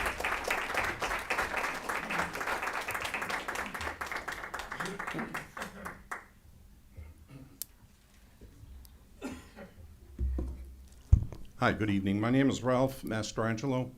I'm at 2 Starling Court in Danielson. I'm in the Briarwood Falls section, which will abut this project. I'd like a clarification on the point of order. Were any of the presenters on the Amazon side given any time limits? No, because this is our last opportunity for us to have any give and take with them. But we've always had 3 minutes.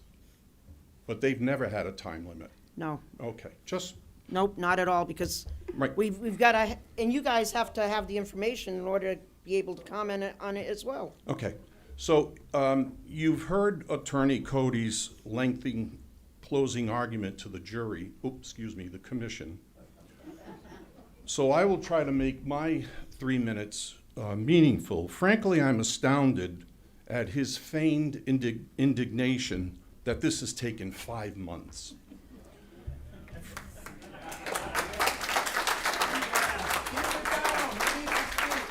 Well, yeah, you really are. Let him reclaim speak. my time. So his feigned indignation at something that's taken 5 months for something whose impact is going to last years. We will be dealing with this for years. I also suspect that Ryan Companies and the cabal from Amazon have been in the planning stages on this project for many multiples of 5 months. So they've had plenty of lead time on 3 years? Okay, so they've had plenty of lead time on us poor town folk. I mean, you know, we're just here with pitchforks and torches trying to defend our land where they've had many, many years in the planning. They know all the objections that they were going to face from the commission. They were well-versed, very slick presentations, and now we want more than 5 months? Okay, Anyway, we're more than happy to hear what you have concerning the wetlands. okay. I envy, you know, much has been said about the tough job that the 5 members of the commission have. It's a thankless job, but I envy you. I really do. Because you all have something that no other person in this room or in the entire town of Killingly has: a vote. And actually, I envy only 3 of you, not all 5, just 3, because all it's going to take is 3 of you to say no. Which 3 of the 5? Who knows? But 3 of you need to see your way clear to see what this project for what it is.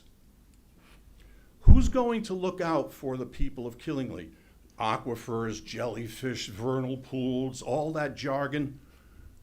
What about quality of life? What about light pollution? What about the smell of diesel exhaust? I'm getting there. I'm getting Okay, there. because we're well over, but just. I'm getting there. Please get there. I anticipate his point of order, so I will get there. You can't give everyone your time. It's just, What I'm interested in are the intangibles. And that's the impact that it's going to have on property values. I'm only 3,000 feet away from the borderline of this project. I'm going to put my house up for sale in a couple of years, and a prospective buyer is going to look at that and say, "Oh, here's a beautiful house in Danielson." And the spouse will say, "Is that the one right near the warehouse? Yes. We got to go look at that one. That's the one we want. We want to live there." okay, can we get to the wetlands issue? Yes, because the wetlands will be polluted, and no one's going to want to buy my house because they're going to be on the border of all these wetlands issues. Okay. So there's nothing that's been said about the effect on property values. I'm not going to sell my house in 2 years. Not what Okay. we regulate. Just so it's not It what we really regulate. It is not what we make decisions based I on. I understand. apologize. I Let's understand. I've really. been sitting here since 7 o'clock. You're going to listen to me. Okay. You're going to listen to me. No, sir. I've heard all the nonsense from these people, and now you're going to listen to me for All- 1 more minute. All I'm saying is the decisions we have to make rest entirely on making decisions Regulations. based on the regulations that So here's regulate what wetlands. your decisions come down to. Check boxes. Did it meet the requirement? Yes or no? Yes or no? You could have AI do that for you. Why do you need humans? It's a yes, no. It's a binary decision. Yes or no. Why do you need 5 of you? Because you don't use AI. You need to use a different form of AI called actual intelligence. Okay, thank you.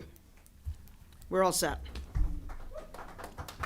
Seriously, I mean, You know that That's- the town of Groton was sued for $10 million because they weren't allowing their residents to speak? I think we allowed everyone to speak tonight. No, I mean, you're putting limits. This is really, really huge. And I get it. And We are- we are happy. We are happy to hear comments. The problem is when the comments revolve around, and don't get me wrong, I live right up the road. I'm on the other side of this project, so I get it. We all live in Killingly.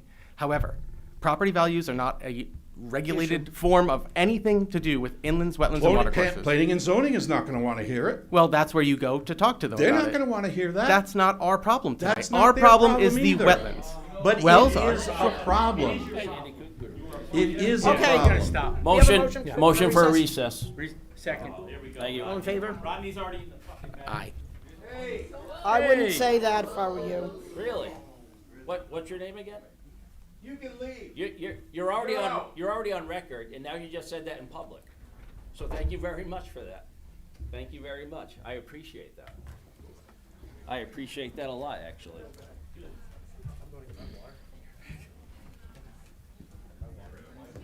Ed, you having them removed? We need to have, we're gonna have constables here because we can't have this kind of outburst. This is unacceptable.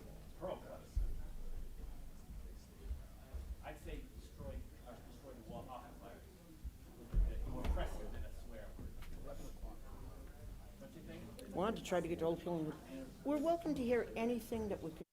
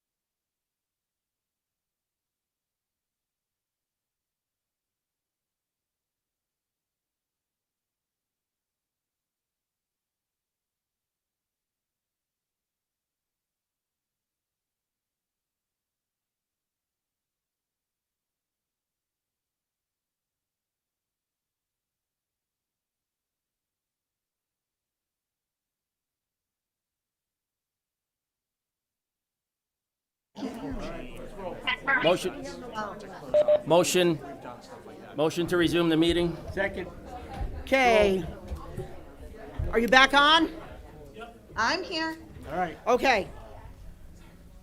We are out of time in order to keep this open. We will continue this evening. We were trying to put a limit on time because we thought we owed it. There's other applications here. This meeting shuts down at 11 o'clock one way or another. We were trying to be able to address Old Killingley Pond and also the other application that was with us as regular business this evening. If someone has something to add to the record that regards the wetlands that has not already been in the record or needs to be said, we would love to hear from you. But just keep in mind, it is wetlands, and we are going to have to close the public hearing portion by law this evening because we only have a couple days left and it's not going to be feasible to try to run another special meeting. It's not happening. Anything you can add, Ed, as counsel, town council? You're gonna meet your guidelines. All right, so we do have to meet our guidelines and everything. So if someone wants to address us, we will leave it open. We may end up not being able to address some of the other issues tonight. That's all there is to it. Okay. I'll be super quick. My name is Jared Brong. I live at 14 Robert Ave in Danielson, Connecticut. I am a professional. I'm an expert on lithium iron phosphate batteries, which there will be plenty of inside of this facility, I'm sure of it. I heard a 250,000 gallon water tank was mentioned for fire prevention. That will not put out a lithium iron phosphate battery fire. So the water mitigation plan should be aware that we're gonna need to bring in a lot more water to fight a lithium iron phosphate battery fire. Also, that's gonna put particulates in the air that is going to settle into the surrounding wetlands. And if the lithium iron phosphate battery fire spreads to more batteries, we will not be able to fight that. That's all I have to say on that. That should be taken into deep consideration. Thank you. Thank you. All right. Excellent lead off for this as we have reconvened. Anything like that legitimately adds to the conversation and said directly. Go for it. Okay, I hope it does. I just want to clarify. We do need your name and address for them. Diana Weber, 238 Mashantuck Road. And can you just clarify for me your commission and that, because I noticed in the comments that came out today that it said that you have nothing to do with our quality of life. Like that isn't a consideration for you. And I just always thought that you were it. Like quality of life, quality of water, quality of everything. Like you were our guardians, but is that not true? It does not specifically address each person's interpretation of their quality of life. Okay, well, I was telling Mr. Olson tonight, I grew up in that property and I've been all over it and everything, and it's like now with what's looking to happen, it's like right now the bears have a place to be, and right now all the wildlife has a place to be. We saw it ourselves when we walked. You couldn't take 3 to 5 steps without seeing scat of some sort. That's where they live. Now they're gonna come to my house and drink my water and wanna use my brook. And it's like, I moved here and bought 4 acres so my dogs could have a life and I could have a life. And now I'm gonna be sitting there and just like boom, boom, and for the rest of my natural life because I won't be able to sell it. So, but it's not gonna be a safe neighborhood anymore, and it's not just me. There's hundreds and hundreds of residents within this impact zone, and I just wish we could be treated with a little more respect as well, because this did come out of nowhere for us, not for you. Thank you for your time. Thank you.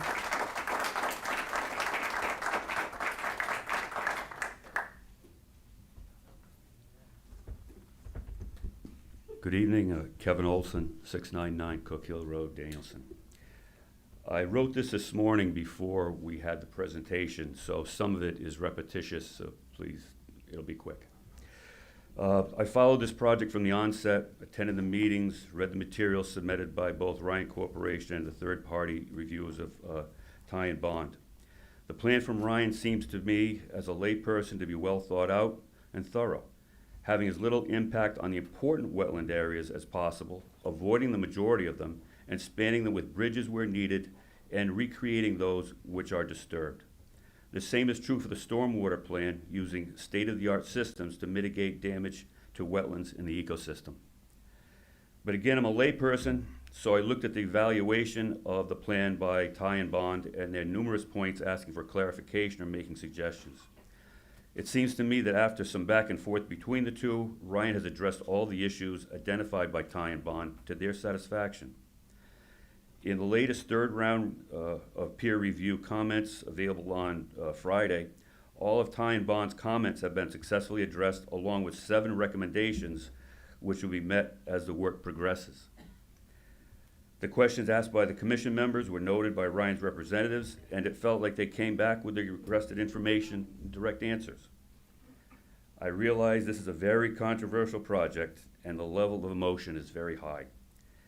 But I ask you to look past the emotion, past the what-ifs, and past the unsupported claims.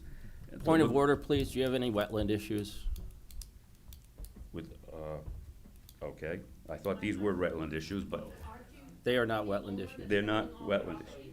Okay, let me just go to the last one. The commission has the opportunity here tonight to make sure the best possible scenario of the development of the property takes place, ensuring the protection of the majority of wetlands and the ecosystem in the development area, along with the protection of wetlands in the 220-acre open space tract to be donated to the town. Sooner or later, but that doesn't alter the facts. Okay, just to the wetlands. Okay, sooner or later, this property will be developed, that's what it's zoned for. If we miss this opportunity, it is doubtful that the next one will be as well thought out and environmentally respectful of the wetlands as this one.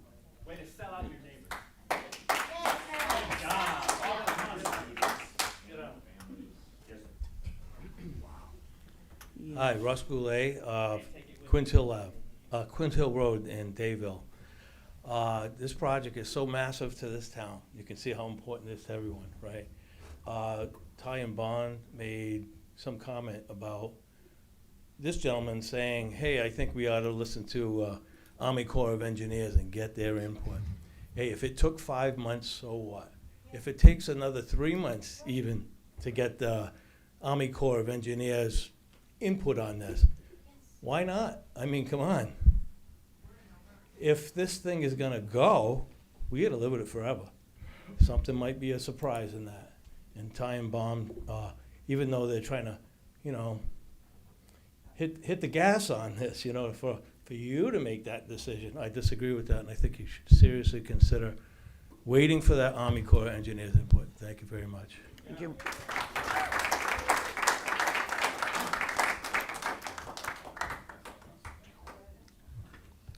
Sir, you'd already been up this evening. Did you have something else specific to the wetlands? Go for it. Just the wetlands on this one. I just want to say that one of the previous speakers talked about the Walmart fire out in Indiana warehouse. I saw that myself. Tremendous plumes of smoke. You think the U.S. Air Force had been there. The upbeat of that incident was that the town water was contaminated, and basically the town was like devastated by this whole thing. I asked about the liability, and I'd like to ask Mr. Grandelski's here from the town council. Has there been any consideration for liability on behalf of Amazon in this project? That's what we were talking about earlier this evening. Right. Nobody answered. I asked about it, and first there was a bond, and then it was an escrow account. And you're inferring that the taxpayers of Killingly would pay that. And I mentioned to you that it's Amazon should be paying any kind of liability fund. I mean, escrow account for liability. That has not been addressed, and that's extremely important. And one other thing, just remember this. This is a highly complex proposal. Anything made by man will fail at some point in time. And all it will take is one accident. The other gentleman mentioned lithium batteries going up. You ever see lithium batteries go up in smoke and flames? It's unbelievable. You wouldn't believe it unless you saw it. And it would take more than 250,000 gallons to put it out. And where's that water going? I guarantee you some of it's going right into the groundwater. And the lithium batteries are extremely toxic. And once that gets into the groundwater, we're all done. Bring in the feds, call it a national disaster area, we're all done. Okay, anybody else? Yeah, it's a, want to go to? Mike, yep, Ed. John, On your issue, mic. issue number 7, there's a comment here, the nearest public water supply is more than 4 miles to the north. Please, take out your tape measure. It's probably about less than 2 miles. Let's get some correct statements in your documents here. Now, you make a statement like that, that's a major flaw. I take that, the rest of the documents have a problem with it. You know, if you can't measure something that close, and this is our biggest aquifer in town, and you have the audacity to make that statement, I am sorry.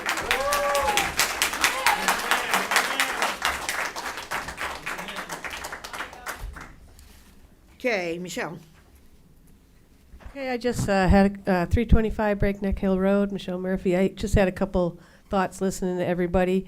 The migration patterns that you studied, did you study them before 90 Putnam Pike was proposed? Because that's going to change things. Did you study them before the pond was drained? Because that's going to change things with the larger animals, the bears and the bobcats. I'm sure they travel that far. In support of the engineer's comment, I mean, I like some engineers. Dave C's a nice guy, but they do make mistakes. Like at my plant, 5 million gallons a day. We're supposed to be able to handle 5 million gallons a day peak, and we can only handle 4. So when these things come, and that's in support of the Army Corps, because when these things do start to fail, and they inevitably do, everybody in the business knows, they'll come out and they'll say, this is going to work that way, and then it doesn't. Who are we going to sue? Are we going to sue the company? Are we going to sue the town? Are we going to sue ourselves? Like, it's just like kind of crazy. So I would go with the Army Corps. Al Dufresne found all of these changes recently. It does make me wonder about I don't want to say anything bad about but the competence of the third party, that he didn't say why are they making changes, every day in the soil and the water plans, and then they said, oh, you had 5 months to look at it. I know I've been trying to look at it with a full-time job like all the lay people have, and you just changed the plan drastically from 2 roads to 1 road. That just happened. So I don't know, did you guys really get a chance to look at it? I hope you did. I know I didn't. Radon, I didn't hear anything about the chemical test and about radon. And then just the last question I had, and this could be wrong because I don't know everything about wetlands, but the 1-to-1 ratio where if you destroy a wetland, you got to create it. And I think this is what you were saying. So if they're donating land to the town on this side and the town on this side, but they're including that in the 1-to-1 ratio. Doesn't the 1-to-1 ratio have to be within the site? So that's no longer their property. So how could you include that in the 1-to-1? Like that's. Apparently they weren't. Oh, they're not. Okay. Okay. Thank you for that. Thanks. That's what we were wondering, if they're not. Oh yeah. Thank you for that.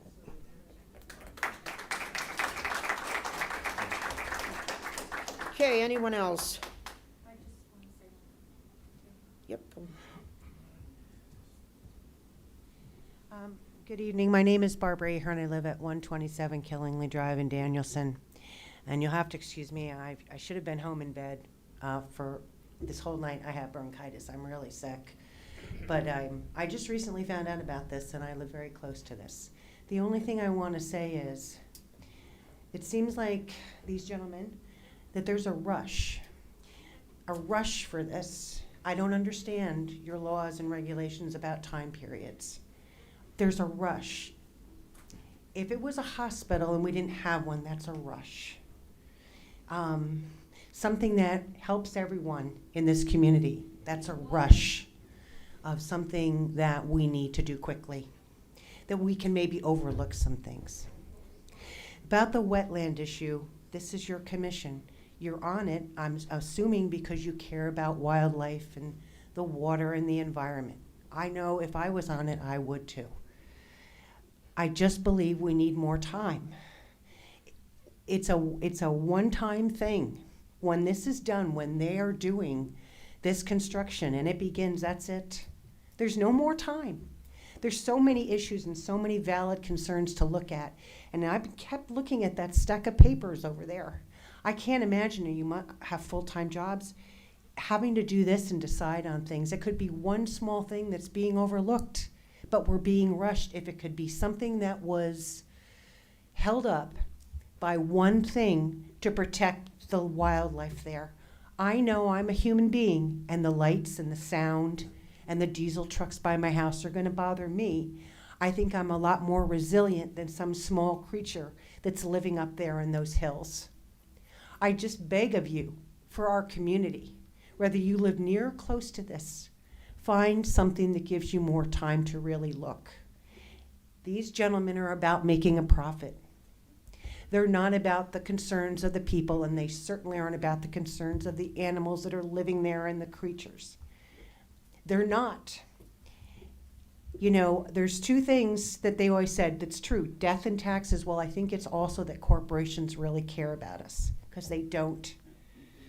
They don't care about us. Please protect these animals, the creatures, the water, the wildlife, and if you can too, our citizens. Find more time to really investigate this. Just so that anyone does not, you may not be aware of this, as far as timelines, the state's very clear on their statutes on once someone decides to submit an application, it's not the town deciding, oh, let us build this or that or the other thing here. Somebody will come in and submit an application, and the state has very clear guidelines on the requirements on when things have to be performed. You're not allowed to just extend things. Actually, we're already at the point where we had requested the maximum extensions. If you say no, if you vote no in a majority, then you have more time.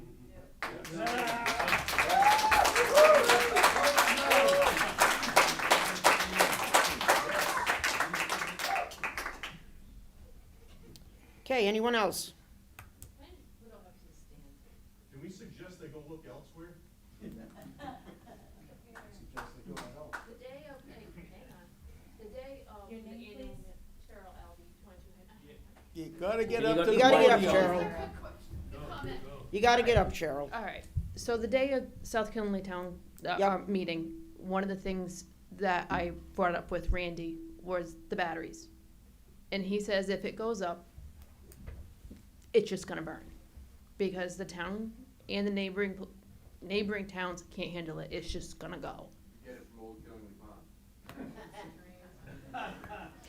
By then, my house will be gone. So, something to think about. Again, going back to The batteries. Okay, anything else? All right. Anyone, Jonathan, anything to add to this evening? So if you You're look out to, of time. this would be your opportunity, if you're looking to close the public hearing, you should ask if you have any outstanding questions for our third party or for the applicant. Now would be the time. This is our last chance, otherwise. Yep. Karina, you should be on too, right? Still there? I'm still here. All right. I've been listening. I bet you have. At this point, once we close the public hearing, we can't ask any more questions to the applicant, or that's why we had to ask these while we have the opportunity. Our only chance is to have you assist us in referring back to all of the information that we have. Yep. The literally thousands of pages of information that we have. Yep, so we have all the So- records. You would have the ability, if you close the public hearing, you don't have to render a decision tonight. No, You we could would not choose be. to render a decision at our July meeting. I believe that the applicant will have to consent to an extension of time just for that, because Yep. we have a limited, a couple of days that would bring us to that next July meeting. Yep. And that would be the extent of all extensions and timeframe. That would give you as the commission time to review the records. We wouldn't have a public hearing. It would just be unfinished business next month where you could go through and you could deliberate and make a motion. But we would have the opportunity and you can have to s- sit you can with have staff ourselves prepare and just study all motions of for you this as well. and come back to you. Yep. But you are it. You are our sole resource once Yep. we close this. We can ask them for clarification. You I can, think it has to go through Jonathan. yeah, we can seek We clarity cannot in items directly that are interact at all part anymore of the because record it being a public itself. hearing. Right, if we ask you a question, it has to be in the record. Yes. For you to answer, otherwise you cannot answer the question. Yes, sir. correct? So that's why anything else that the commission members would need to, There's someone in the back with his hand raised, I believe. yes, sir? If this commission votes no, votes yes, can planning and zoning still vote no? Yes. So just for clarity on the process, so Totally a different. wetlands application comes first. So if this commission votes yes, planning and zoning is reviewing it as a site plan review application.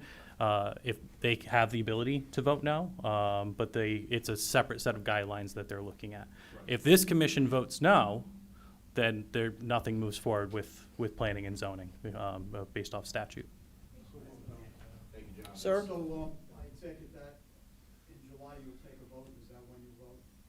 If it's agreeable to them. Otherwise, we would have to, We have to we get would have to do it this evening. we have I to would get assume you're going consent to the extension. allow us to continue until July. Yep. Thank you. So the applicant's Hello? attorney has said yes. Yep. Thank you. Following up on what Jonathan just said, we do have answers to about a half a dozen questions that we've heard that have been put to us. So if you want to hear that from us, we're ready to do that. Why don't we do that now? Okay. Because then these people are here and we can hear them. And then if the commission has more questions, that's fine also. Let me start with a question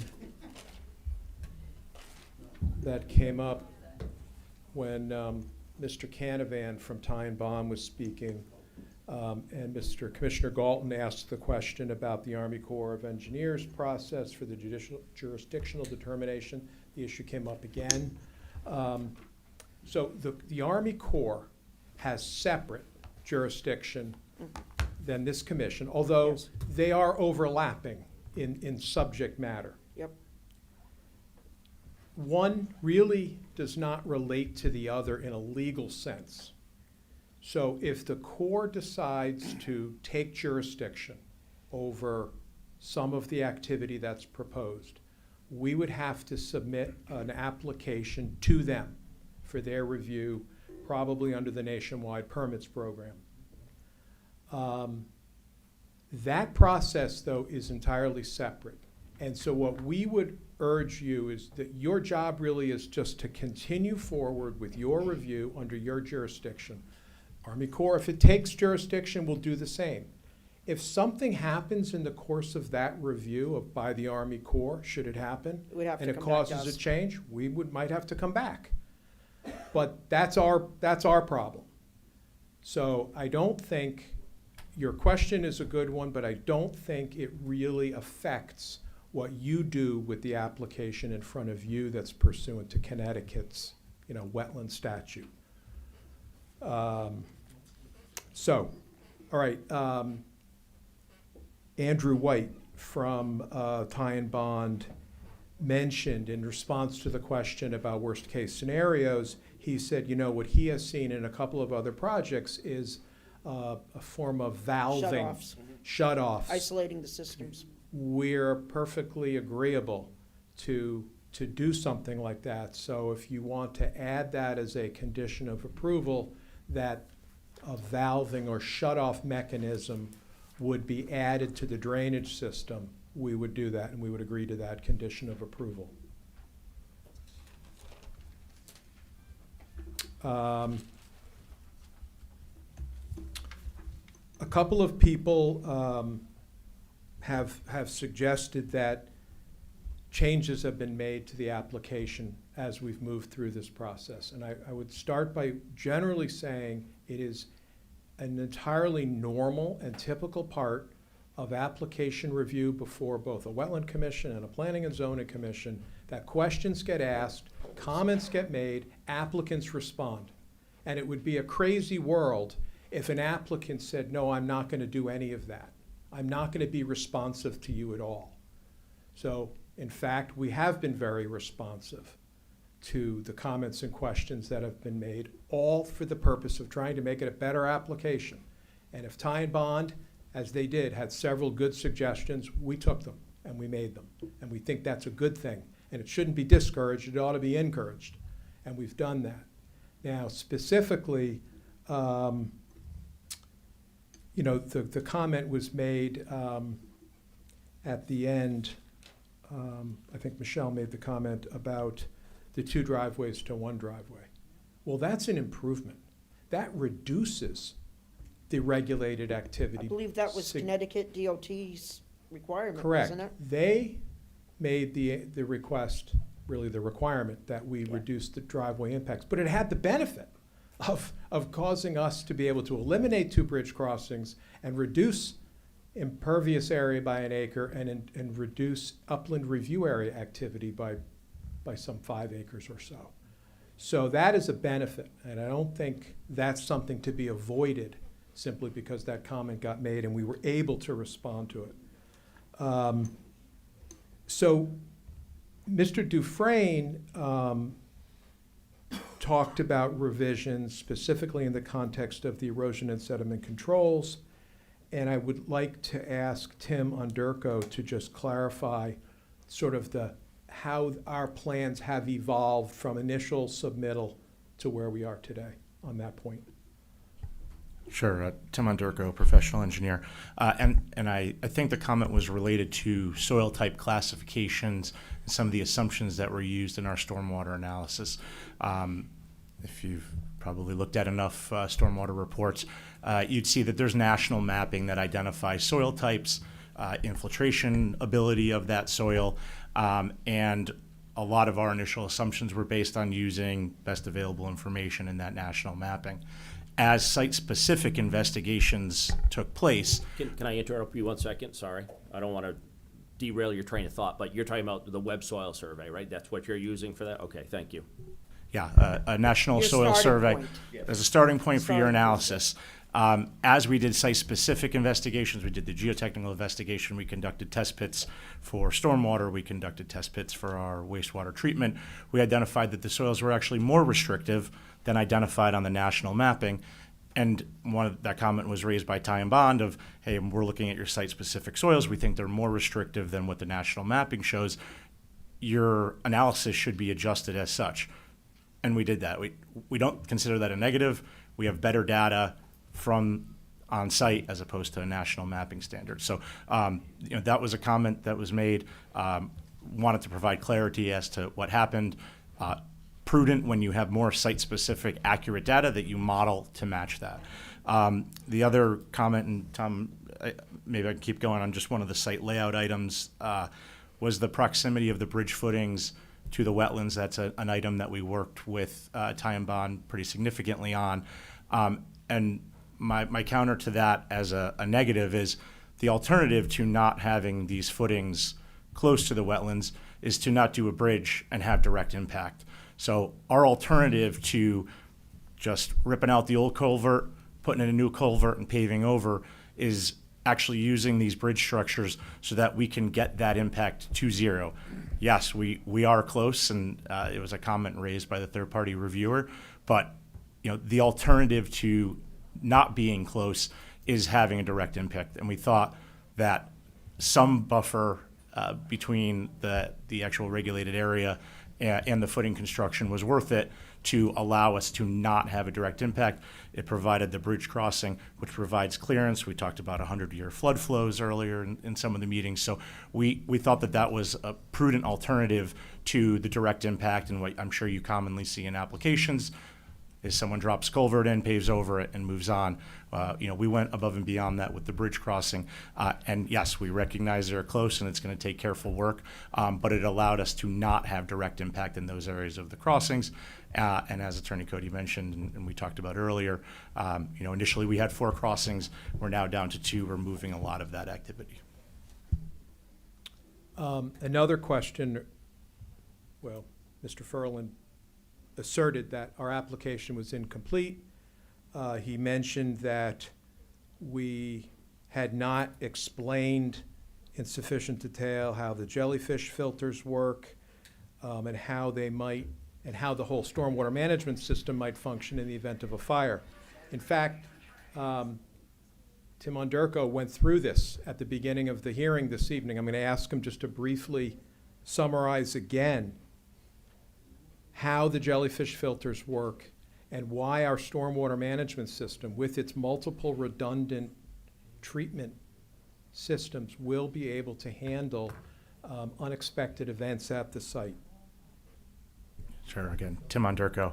To try and quickly recap what we talked about earlier in the evening, if there's a fire in the building, if there is runoff from the building, if there's a catastrophic event, that doesn't take away from the fact that there are measures on site that protect downstream waters. We have hydrodynamic separators, we have underground detention systems, we have the jellyfish filter, we have a level spreader, and then we still have 200 feet of overland crossing from our discharge point till we get to a wetland. So again, we felt that there is a number of steps and protection measures. Thought the valving comment from Time Bond is a good one. It is a thing that I've used on other projects in the past where there's a concern about what happens if this happens. Do you have the ability to drop a sluice gate, or you crank a valve, and you can close those systems off, contain it. You can then come in with the pump truck and the vac truck and whatever else you may need. This happens a lot if you've ever been a part of a DOT response for a spill with diesel. What do? They throw a cover over a catch basin. They throw booms in the wetland. They try and capture it, stop it, treat it, remediate it. We would see that being no different. I think there was also a comment similar to the fire runoff. I think there was some questions about the blasting runoff. I know we talked about that earlier this evening too. Of all that activity happens in our protection measures that are established at the onset of the project. So don't think that there is a concern there, but recognize that there is more work to do with the blasting plan. But as I testified earlier, all of that activity happens within the confines of the protection measures, with the sediment basins, with the swales, with the wattles, and with the fencing, and we're able to keep that activity contained to areas that we control. On that point, Tim, can you also touch on what Mr. Canavan mentioned when he discussed the backdrop to their comment about blasting? One of their concerns was, would this situation lend itself to what we commonly refer to as sort of acid mine drainage? And we did soil sampling specifically to address the sulfur content to see whether that's a potential risk. Now, maybe it wasn't, perhaps we didn't emphasize the fact that we did this sampling enough, but Tim, could you repeat what we did on that and what the results were? Sure, again, Tim Onderko. So when the comment, I think, was initially raised in the Time Bond first comment letter, and there actually is state mapping that identifies area of the state that the pyritic rock is most prevalent. That, I believe, all happens to the west of Killingly. So our initial response before we were able to get material to the lab is we took a look at the state mapping.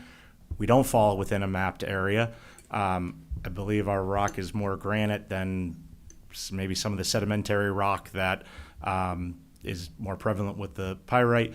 But we took the second step of taking one of our rock cores from our geotech investigation, send it to a specialty lab to allow them to take a sample of the rock, check for sulfur content. So, our first response was we looked at the map, we're not in a mapped area. Our second response was we followed up. There's a number of week lead time to get a laboratory to turn that test around. So as soon as we had those results, we provided them to Time Bond. So we checked both boxes. We're not mapped, and we've actually done the site-specific testing. Another, kind of in line with you have soil mapping information, and then you do site-specific testing to confirm. The rock sampling was the same. We had a state-issued, statewide map that's at a very small scale. Doesn't mean that your site, despite showing some distance away, doesn't have the material on site. We grab rock cores, send them to the lab to confirm. I'd like to turn to the question of financial security, bonding, escrow agreements, letters of credit, and the like. It is commonplace for wetland commissions to require financial security usually for two things.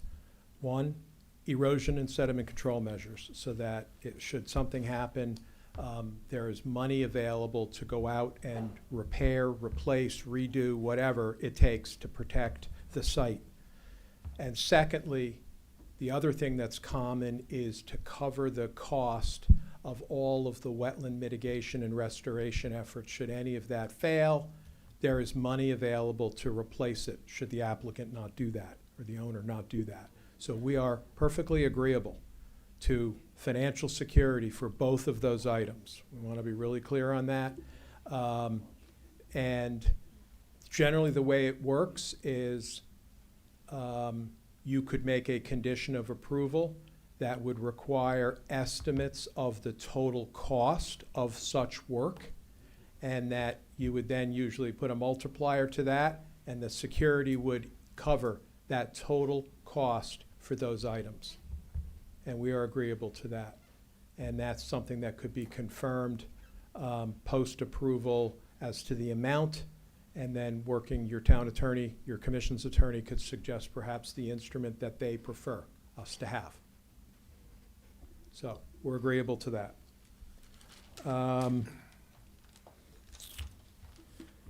All right. So Tim covered the question about the bridge crossing and why we did that. We talked about the blasting. A question was then asked, well, I think the question was posed in a way that said, gee, you're saying on the one hand that you don't believe there will be impacts, then why do you need monitoring?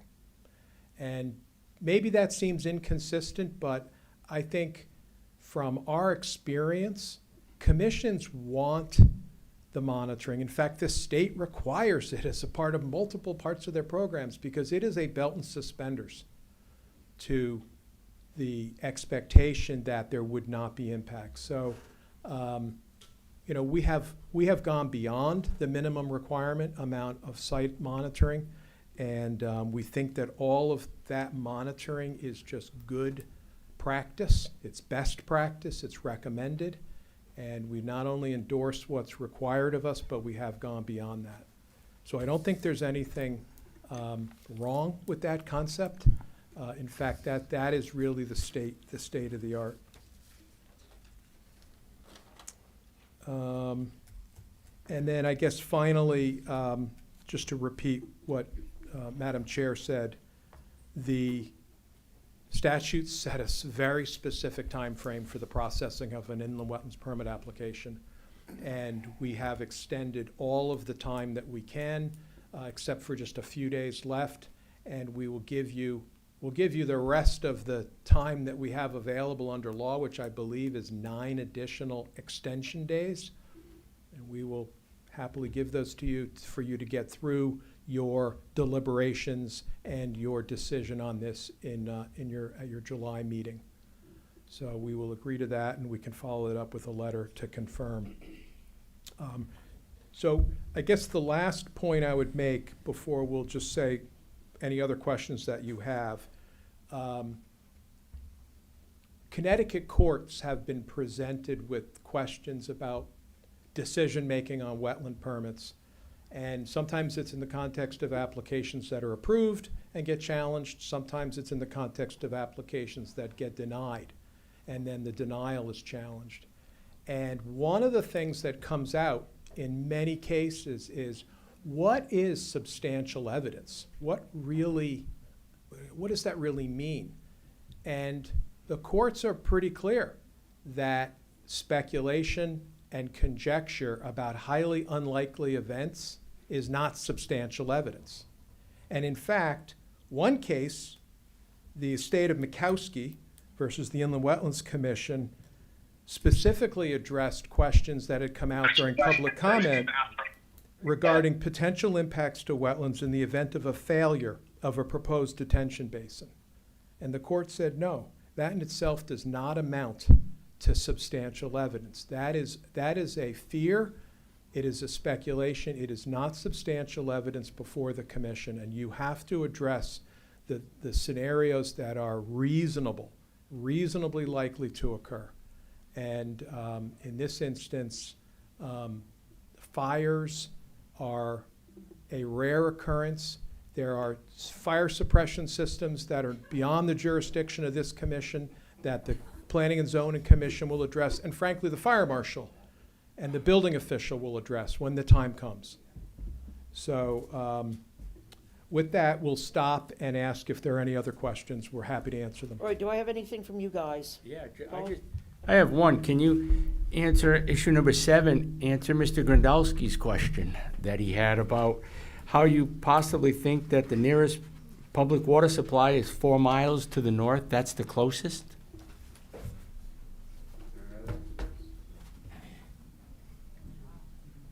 It was in the application. It was, the letter simply repeated what was in the record. No. No. So I'll offer the Brooklyn Wellfield aquifer is closer than the Hopkins. That would be probably the closest one. The Hopkins is right over Route 12. No, so the Brooklyn Wellfield is in Danielson and it extends into like Holmes Street and everything. That would be much closer than the Hopkins Wellfield. It's a level A. Closer than 4 miles. Yes. Yeah. Really. Yeah, That's critical. I think Dean Gustafson from All Points. So with respect to the site's drainage that could potentially intersect with an aquifer protection area, that is the nearest one, is the Hopkins. The other one, the site doesn't drain into that aquifer protection area. They're in different watersheds. That's correct. Yeah. So that's why we provided distance to the area that could have some Okay, as long as you have potential an effect. explanation for it. Yep. Yeah. So I think that's the point of clarification. That's it, perfect. Thank you. All right. And I would, Karina, anything from you? Actually, yeah, I got one quick question about the land that is provided to the town of Killingly for conservation. I'm sure I missed it somewhere, but who's responsible for the invasive species control after it's donated to the town? Mr. Grodowski. Let me start. I think a good place to start in answering the question is perhaps from Dean Gustafson, because he did do just a brief site walk of that area. And Dean, what did you find? So for the Hunt Club property, and this is documentation that's been submitted to the commission, we did provide approximate wetland boundary location data on that property. So myself and a couple other wetland biologists walked the property in order to determine those approximate wetland limits. And through that investigation, the majority of that property does not contain invasives. There are some in isolated areas, particularly in and around where the pond, the man-made pond feature is. But elsewhere on the property, the management of that property, the habitats, has not promoted pervasive invasive species throughout their property. Okay, anything else from the commission so we can get this packed? I don't think that actually answered the question of who would be responsible. I would think it would be us. Once- I may be wrong, Karina, but I So- believe it would be, it'd be the owner. town. Yeah. In recent years, we've had, I think the council has created forestry management programs, and the town has, I think recently we received a grant that we're looking to execute at the Chase property in terms of invasives management. But that's typically been something we've been looking at in more recent years, and typically through grant funding, because it's not something that usually survives the budget cycle. Got it, okay. And one more quick question about level spreader functionality. And I apologize, it's probably buried in the thousands of pages of documents we've been provided, but what is the expected lifespan of the trench plugs, and how will failure be detected? You're talking about the level spreaders at the out. Lever spreaders, yep. So level spreader is basically a riprap pad that is observed and monitored like any other stormwater on-site feature. I believe our operations and maintenance plan talks about accumulation of sediment. So what you would do is, and our plans do include access paths to get you to those level spreaders so you can see them. If you had to come in with a small piece of equipment, you could excavate the built up sediment. You could, adjust stones. You could replace stones if they were clogged. So typical would be decades before there would be a need to really do anything, especially with the fact that we have hydrodynamic separators, detention systems, and filter systems upstream of those level spreaders. So long life, their intention is really to take the velocity out of the water as it leaves the pipe. They don't really provide kind of water quality improvement. And what's the contingency plan if monitoring shows concentrated flow or erosion? It would be looking at those level spreaders, making adjustments to their dimensions, observing during a rain event when you can see the preferential flow paths, kind of typical best management practices for, things happen in a detention basin. You may have scour around an inlet or an outlet. It would be treated the same way, that you could adjust the placement of stone and the shape and maybe the height of the stone or the size of the stones, and mitigate that. Thank you.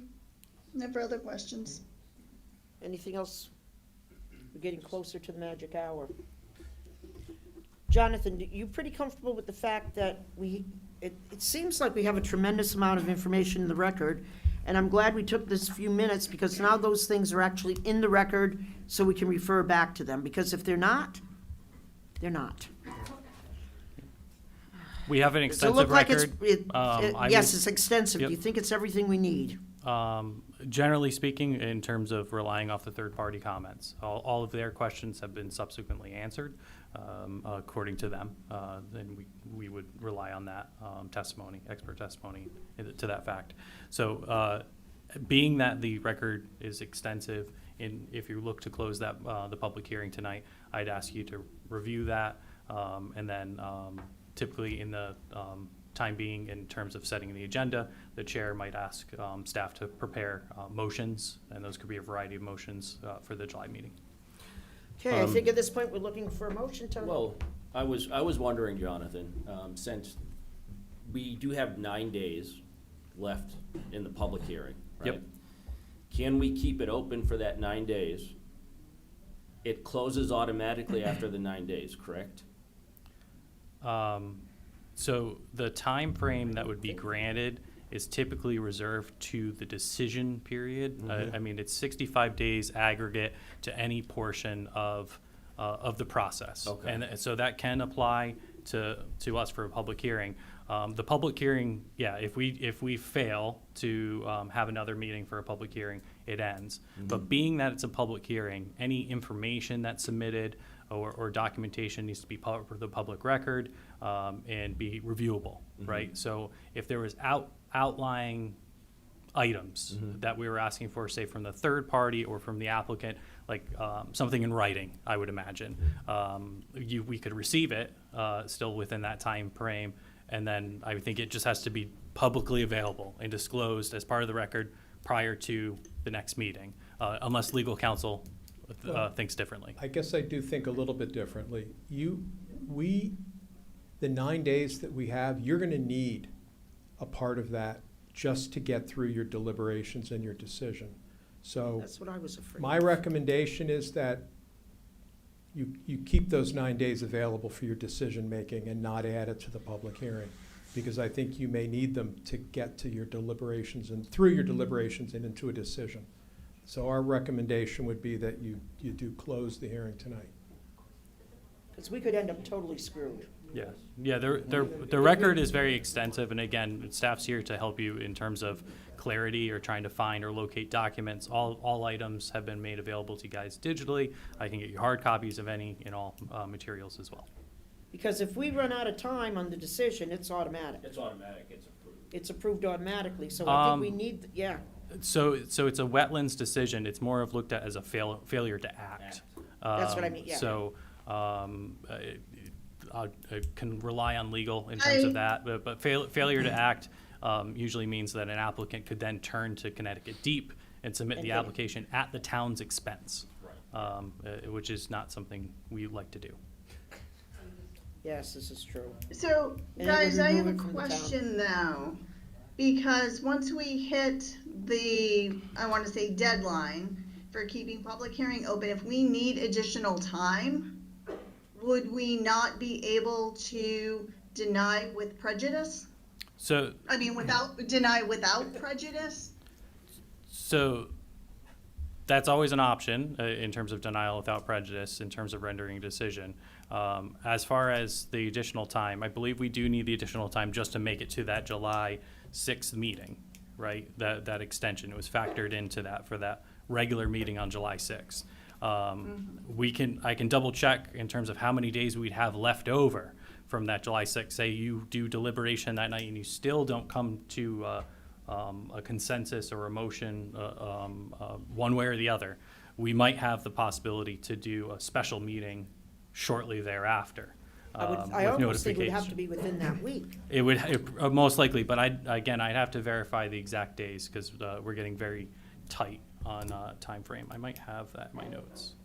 I think we might need that. Yeah, I think that's good information to have. While he's Yeah, looking one second, that let up, me look. Could I ask you guys for a motion to suspend the rules and not to continue this forever, but we want to at least be able to act on this, address and table the other actions for this evening, and we're gonna be at 11 o'clock. Motion to suspend the rules.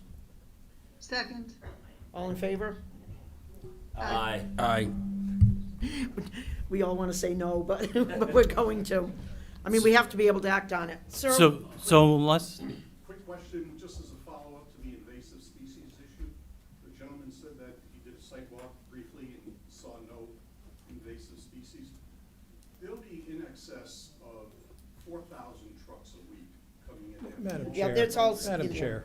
yeah, Yep. yeah, it's. So what about the invasive species that would inevitably be brought in by those trucks? Yep, that's, without a doubt, that's been a concern, and I know Karina's been talking about that as well.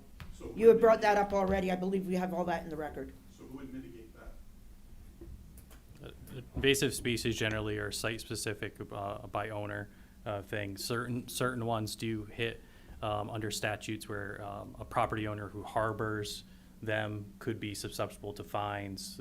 Japanese knotweed comes to mind, but it's not. It's a site-specific type thing. In terms of time frame, and unless I am incorrect on my time frame, I believe the absolute final day with the full extensions would bring us all the way to July 15th. July 6th is our next regular meeting, but the absolute, with all the extensions, brings us to July 15th. That does give you a little pad room in terms of scheduling, say, a subsequent night if you had to. Being that this is unfinished business, it would most likely be one of the first items to appear on your agenda unless for some reason you scheduled a different public hearing for something else. Okay. And then as far as planning and zoning, it's I don't think we similar gain much path. by continuing it this evening. What do you think we might still get in? By continuing the public hearing? Yeah, Sorry. yeah, I'm just curious. I think they answered questions that were brought up by the public. Yep, I don't think we gained anything there. yep.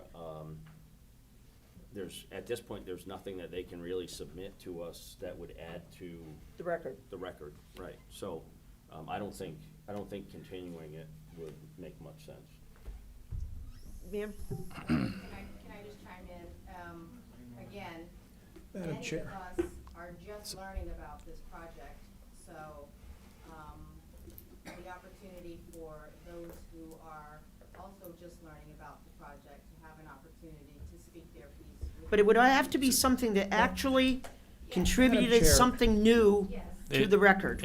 If I may, Sandy, so the application process follows standards through Connecticut General Statute in terms of notification. So there is notice, publication notice, the public hearing, the signs went up for a period of time again, under our rules and under state statute. So unfortunately, the notification process that the state outlines relies heavily on notification through newspapers.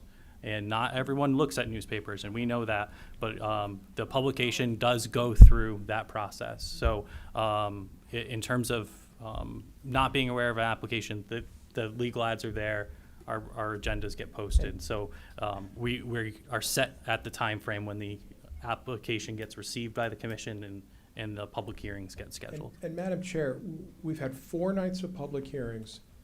The public comment, when we prepared our letter, I think there were 107 letters in the record, which Yep. we read every one of them. There were another 31 that came in, which we've read. This last batch. So there has been an overwhelming amount of information and testimony provided from the public. And it really, I mean, of all the applications I've worked on, this is unique and it's a lot of information. So there has been no lack of opportunity for the public to speak. So I think it's very nice too that they've been able to just submit it electronically All directly right. to the commission. All right. I'll make a motion to close the public hearing. I'll second. Okay, motion's been made and seconded to close the public hearing for our application. My God, I should know this number by heart. Where is it here? For application number 26-1624 of Ryan Companies, U.S. Incorporated. All in favor? We'll actually do a roll call vote. Rodney? Yes. Sandy, yes. Paul, yes. Chris, yes.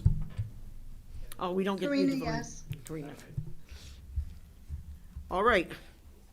Public hearing's closed. So now we do have to move on, and thank you guys for suspending the rules because we do have to actually conduct a We little did have bit a of simple business. majority on that in terms of suspension to continue the meeting. Okay. Yep. So Yeah. Norm, are you still alive over Yeah. there? Norm, you there? I think Norm is our only other applicant that has held on this long. Yeah, we gotta give him a shot. If Yeah. he's still there. As we wait for Norm. Okay, first item though would be unfinished business, application 26-1624 of Ryan Companies, U.S. Incorporated. Can I have a motion to continue this for action in July? So moved. Second. Motion's made and Second. seconded to continue application 26-1624 for action in July. All in favor? Aye. Opposed? Aye. I think we're safe without a roll call Yep. on that one. Okay. So the next one, application 26-1627 of CJJ Adventure LLC. We can table that? Dan Blanchett on behalf of the applicant said given the late night, he respectfully asked for continuance to the July meeting, and he thanked you all. Okay, so do we have a motion to continue application 26-1627 for July? So moved. All in favor? Aye. Opposed, motion carries. Okay, next item is application 26-1629 of Justin Burke, proposed construction of a single-family home, and this is the one that we had went out on the site walk. Yep. And Norman, you are a brave little soldier there waiting all night. Still here We're and proud in the of you. office, Norm. Well, I was on vacation last week and I had so much work to make up. I've just been working, so. Sure, that's what he's gonna tell us. Wait till we find out that's just a backdrop he put on his computer. That's what it is. Yeah, exactly. Yeah, I'm actually sitting at the bar having a bourbon, but nobody should know that. No. All right, I am here representing Justin Burke this evening. I know that you folks did go on the site walk with Greg. It's my understanding that there really weren't any issues. I mean, the area that we chose for the home seemed to be the best. It's the flattest terrain. It required the least amount of site work.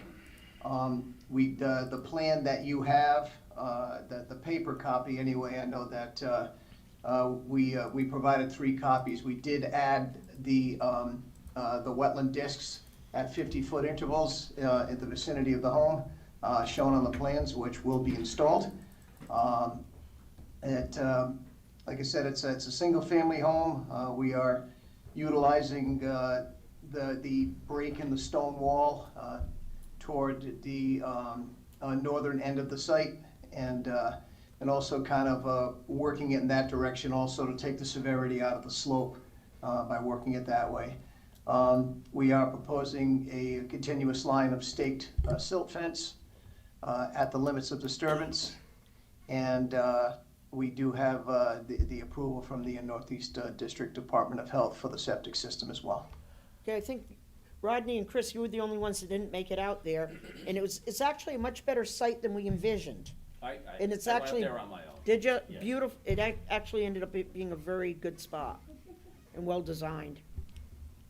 Yeah, and I think limits of clearing were the main item that Yeah. was pointed out on the site walk. Yeah. Because there were some trees that were marked inside that upland review area or on the very fringe of wetlands, so, you know, having the grades discs made a on lot there, more- yeah, The grades made a lot more sense once we went out there and looked. yes.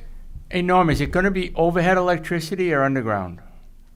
We're showing overhead. Okay, It's not a subdivision lot, so Okay. he's, I guess it'll ultimately, his decision, what he wants to do, and, it may end up being, adjusted based upon cost or, whatever he wants. But, like I said, we are showing the overhead, adding a new utility pole on the property, and then going over Gear Road so he doesn't have to cut the road. okay. But it met all the requirements totally. I make a motion to approve. I don't have the, I'll second. Motion's made and seconded to approve application 26-1629 as it was presented. Okay, do you guys want a roll call vote on that, or are you pretty comfortable? If you don't mind, just because Karina's Oh, that's true. Karina, we'll start I'm with here. you. Yes or no? I'm sorry, yes. Okay. Yes. Rodney, yes. Sandy, yes. Paul, yes. Chris, yes. Rainey's here. And he liked the site when he was out there. Okay, that one's all set. Norm, thanks for waiting. No problem. Thanks. It was actually a very interesting meeting, I gotta say. So. Okay, I'm it's sure that it's a was shame this. entertaining, yes. And I think kudos to you guys. I think you did a great job with these guys. And your patience is unfounded. So. Have a great night. Is he Thank you trying very to much. kiss up? Yes. Thanks, Norm. Thanks, Have a good night, Norm. Okay. Next item would be new business. The item that we all want to try to deal with, and maybe, we don't want to go on all night, we can't deal with anything this evening with the late time, is Old Killingley Pond, Yep. the dam. How So- are we going to approach it, and what's the best way for us to deal with this and get the information to the state that they need in order for them to be able to move forward? Yeah, and just, again, for the record, we're in response to, or we've been identified by the town council in resolution 26-16 to essentially be a voice for the town, not being the only voice, but being a voice on behalf, particularly the town council, to lay out that we would like to see this pond restored and the dam repaired. Would it be appropriate, like I said, I don't think anyone disagrees with that if it can happen without it costing everybody a ton of money, that we want to see it happen. Would it be reasonable to ask you to draft some lovely verbiage for us to review? I'm happy to draft something. I will say. Does that make sense to the rest of you guys? There has been a group that's been quite involved. You think? With Old Killingley Pond, so I would encourage them, if you guys have any information, to. Whatever questions you guys have, I think this is a big team effort kind of thing, and not an us versus you guys. And Oh, God, no. as we can- We just want to get it together so it can get to the state, and I think because of the lack of time this evening. Yep. And lack of preparation on our part, because, gee, we've been distracted. Yeah. So generally. It would seem to make sense to at least have you start forward. Yep. Does that make, Karina, what do you think? She thought that she'd heard enough of this tonight. She might be taking a break. No, Doesn't that seem to make sense, though, to just at least get Old Killingly started? Yes. Go ahead. There was talk of creating a subcommittee of citizens and council members coming together to assist you guys with resources. We'll take input from anyone. Yeah. So And do that. So the Wetlands Commission, We have no power to do as confusing as it was earlier, are not our most formal commission. Normally, we we're would have looking, you all interacting, but we Yeah. have to do a public hearing, so then you gotta tie everybody's hands. Yep. It was an extreme night. Yeah, so That's so not our normally, usual style. if we're gonna maintain it on the agenda, we'll leave it, kind of case by case, obviously depends on the night. But the commission has the, a right to suspend the rules, to allow you to come up. There might be some people watching from online, so if anyone's talking more, just grab a mic. But to be able to participate and to kind of go back and forth. There is essentially a formal comment period with the application, and that's a pretty extended timeline as it sits right now. The only we can start looking to draft something. I know the Conservation Commission was also looking to draft something, so we want to hit them with a couple responses. But I think on the formality end, in terms of providing testimony to the application, we have to pay attention to the statute in terms of the time frame and respond appropriately and as technically as possible in that process. I know there were some asks. I think Al had one. It's in the packet, which was about the hydrology, hydrological and water quality effects of the proposal. I think some of those goes without. We know it's hydrologically connected to everything in the Whetstone Brook. There are. Yeah, Jonathan, I do have a question. Has anyone in the group hired any professionals to look at the pond itself and the effect you have? Yeah, Charles Vidic. And you have that information? Yeah, we didn't hire him, but throughout so there's no specific study from said. Do you mind grabbing a mic? Yeah, come over to the microphone. There might be two this is more people of our that love normal style. these late night Typically- meetings that are watching it on Facebook. Yeah. So. Typically, we try to have the ability to interact. When you have something like what was going on earlier, you cannot. I don't want to put you on the spot. No, you're not at all, Okay. and I'm glad that. Who's Charles Vidic? Charles Vidic was, he's a watershed expert. He's worked 40 years plus. The Westcog area. Yeah, he's a part of the Westcog committee. He was appointed by the Speaker of the House for protecting the watersheds. He was hired by the U.S. Postal Service for. Legitimate, you're getting it. Yeah, he's not little Justin Fisher from Dam Road. So has he prepared a formal type of Yes. report? He has? Yes. And you have that information? And I've sent that to the town council, I've sent that to the governor, I've sent that to anybody who could read.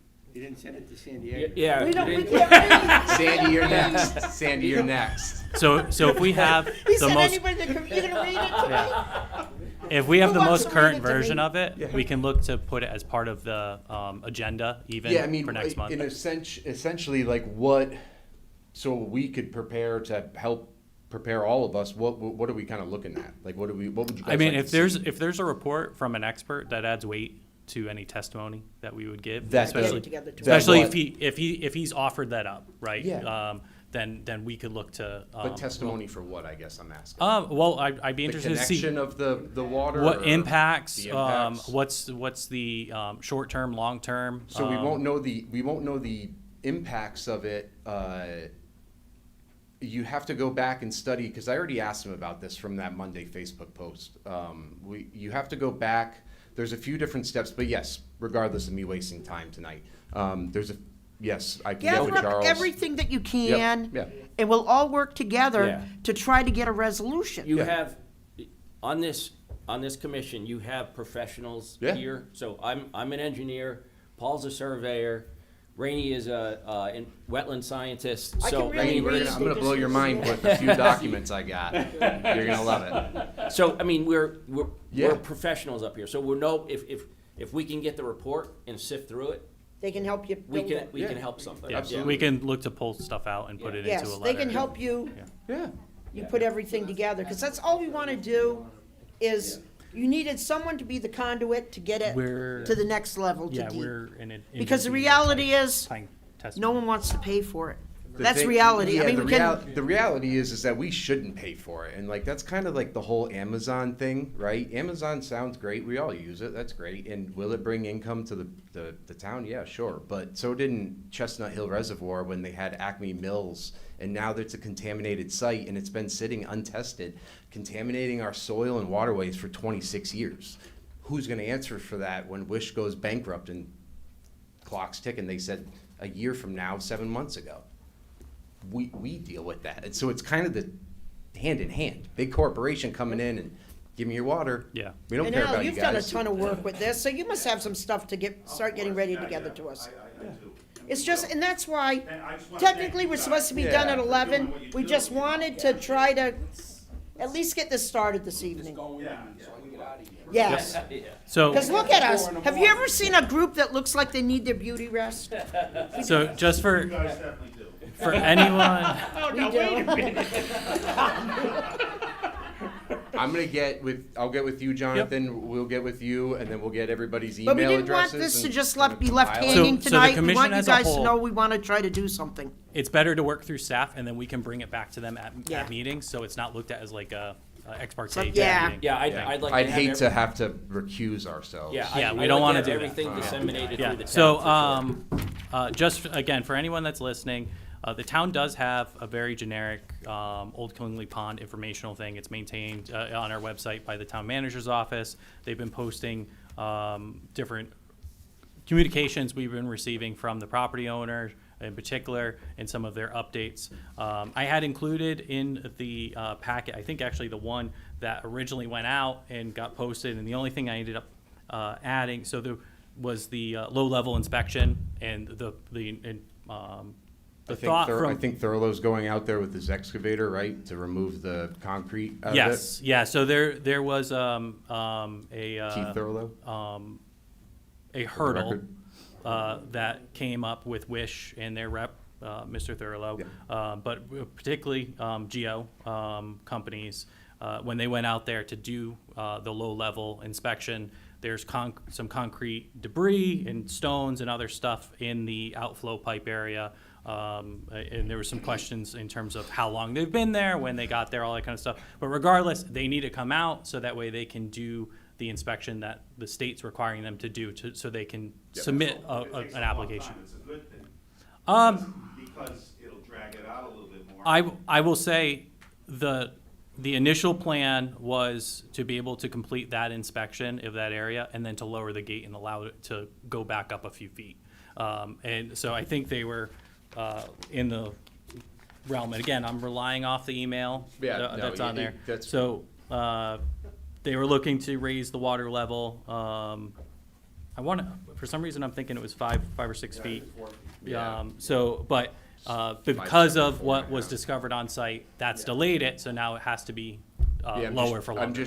I run a pretty decent excavator, and I'd be surprised for him to not get jammed in the mud down there. I mean, So you guys saw the video of me fishing out everything? Yep. Yeah. So all of No that waste. is because it's a dam, right? And like normally, like if we had like someone dump something or we found something and we're looking at either a show cause or restoration or a fix, even to look at a bigger project, it would go before the commission.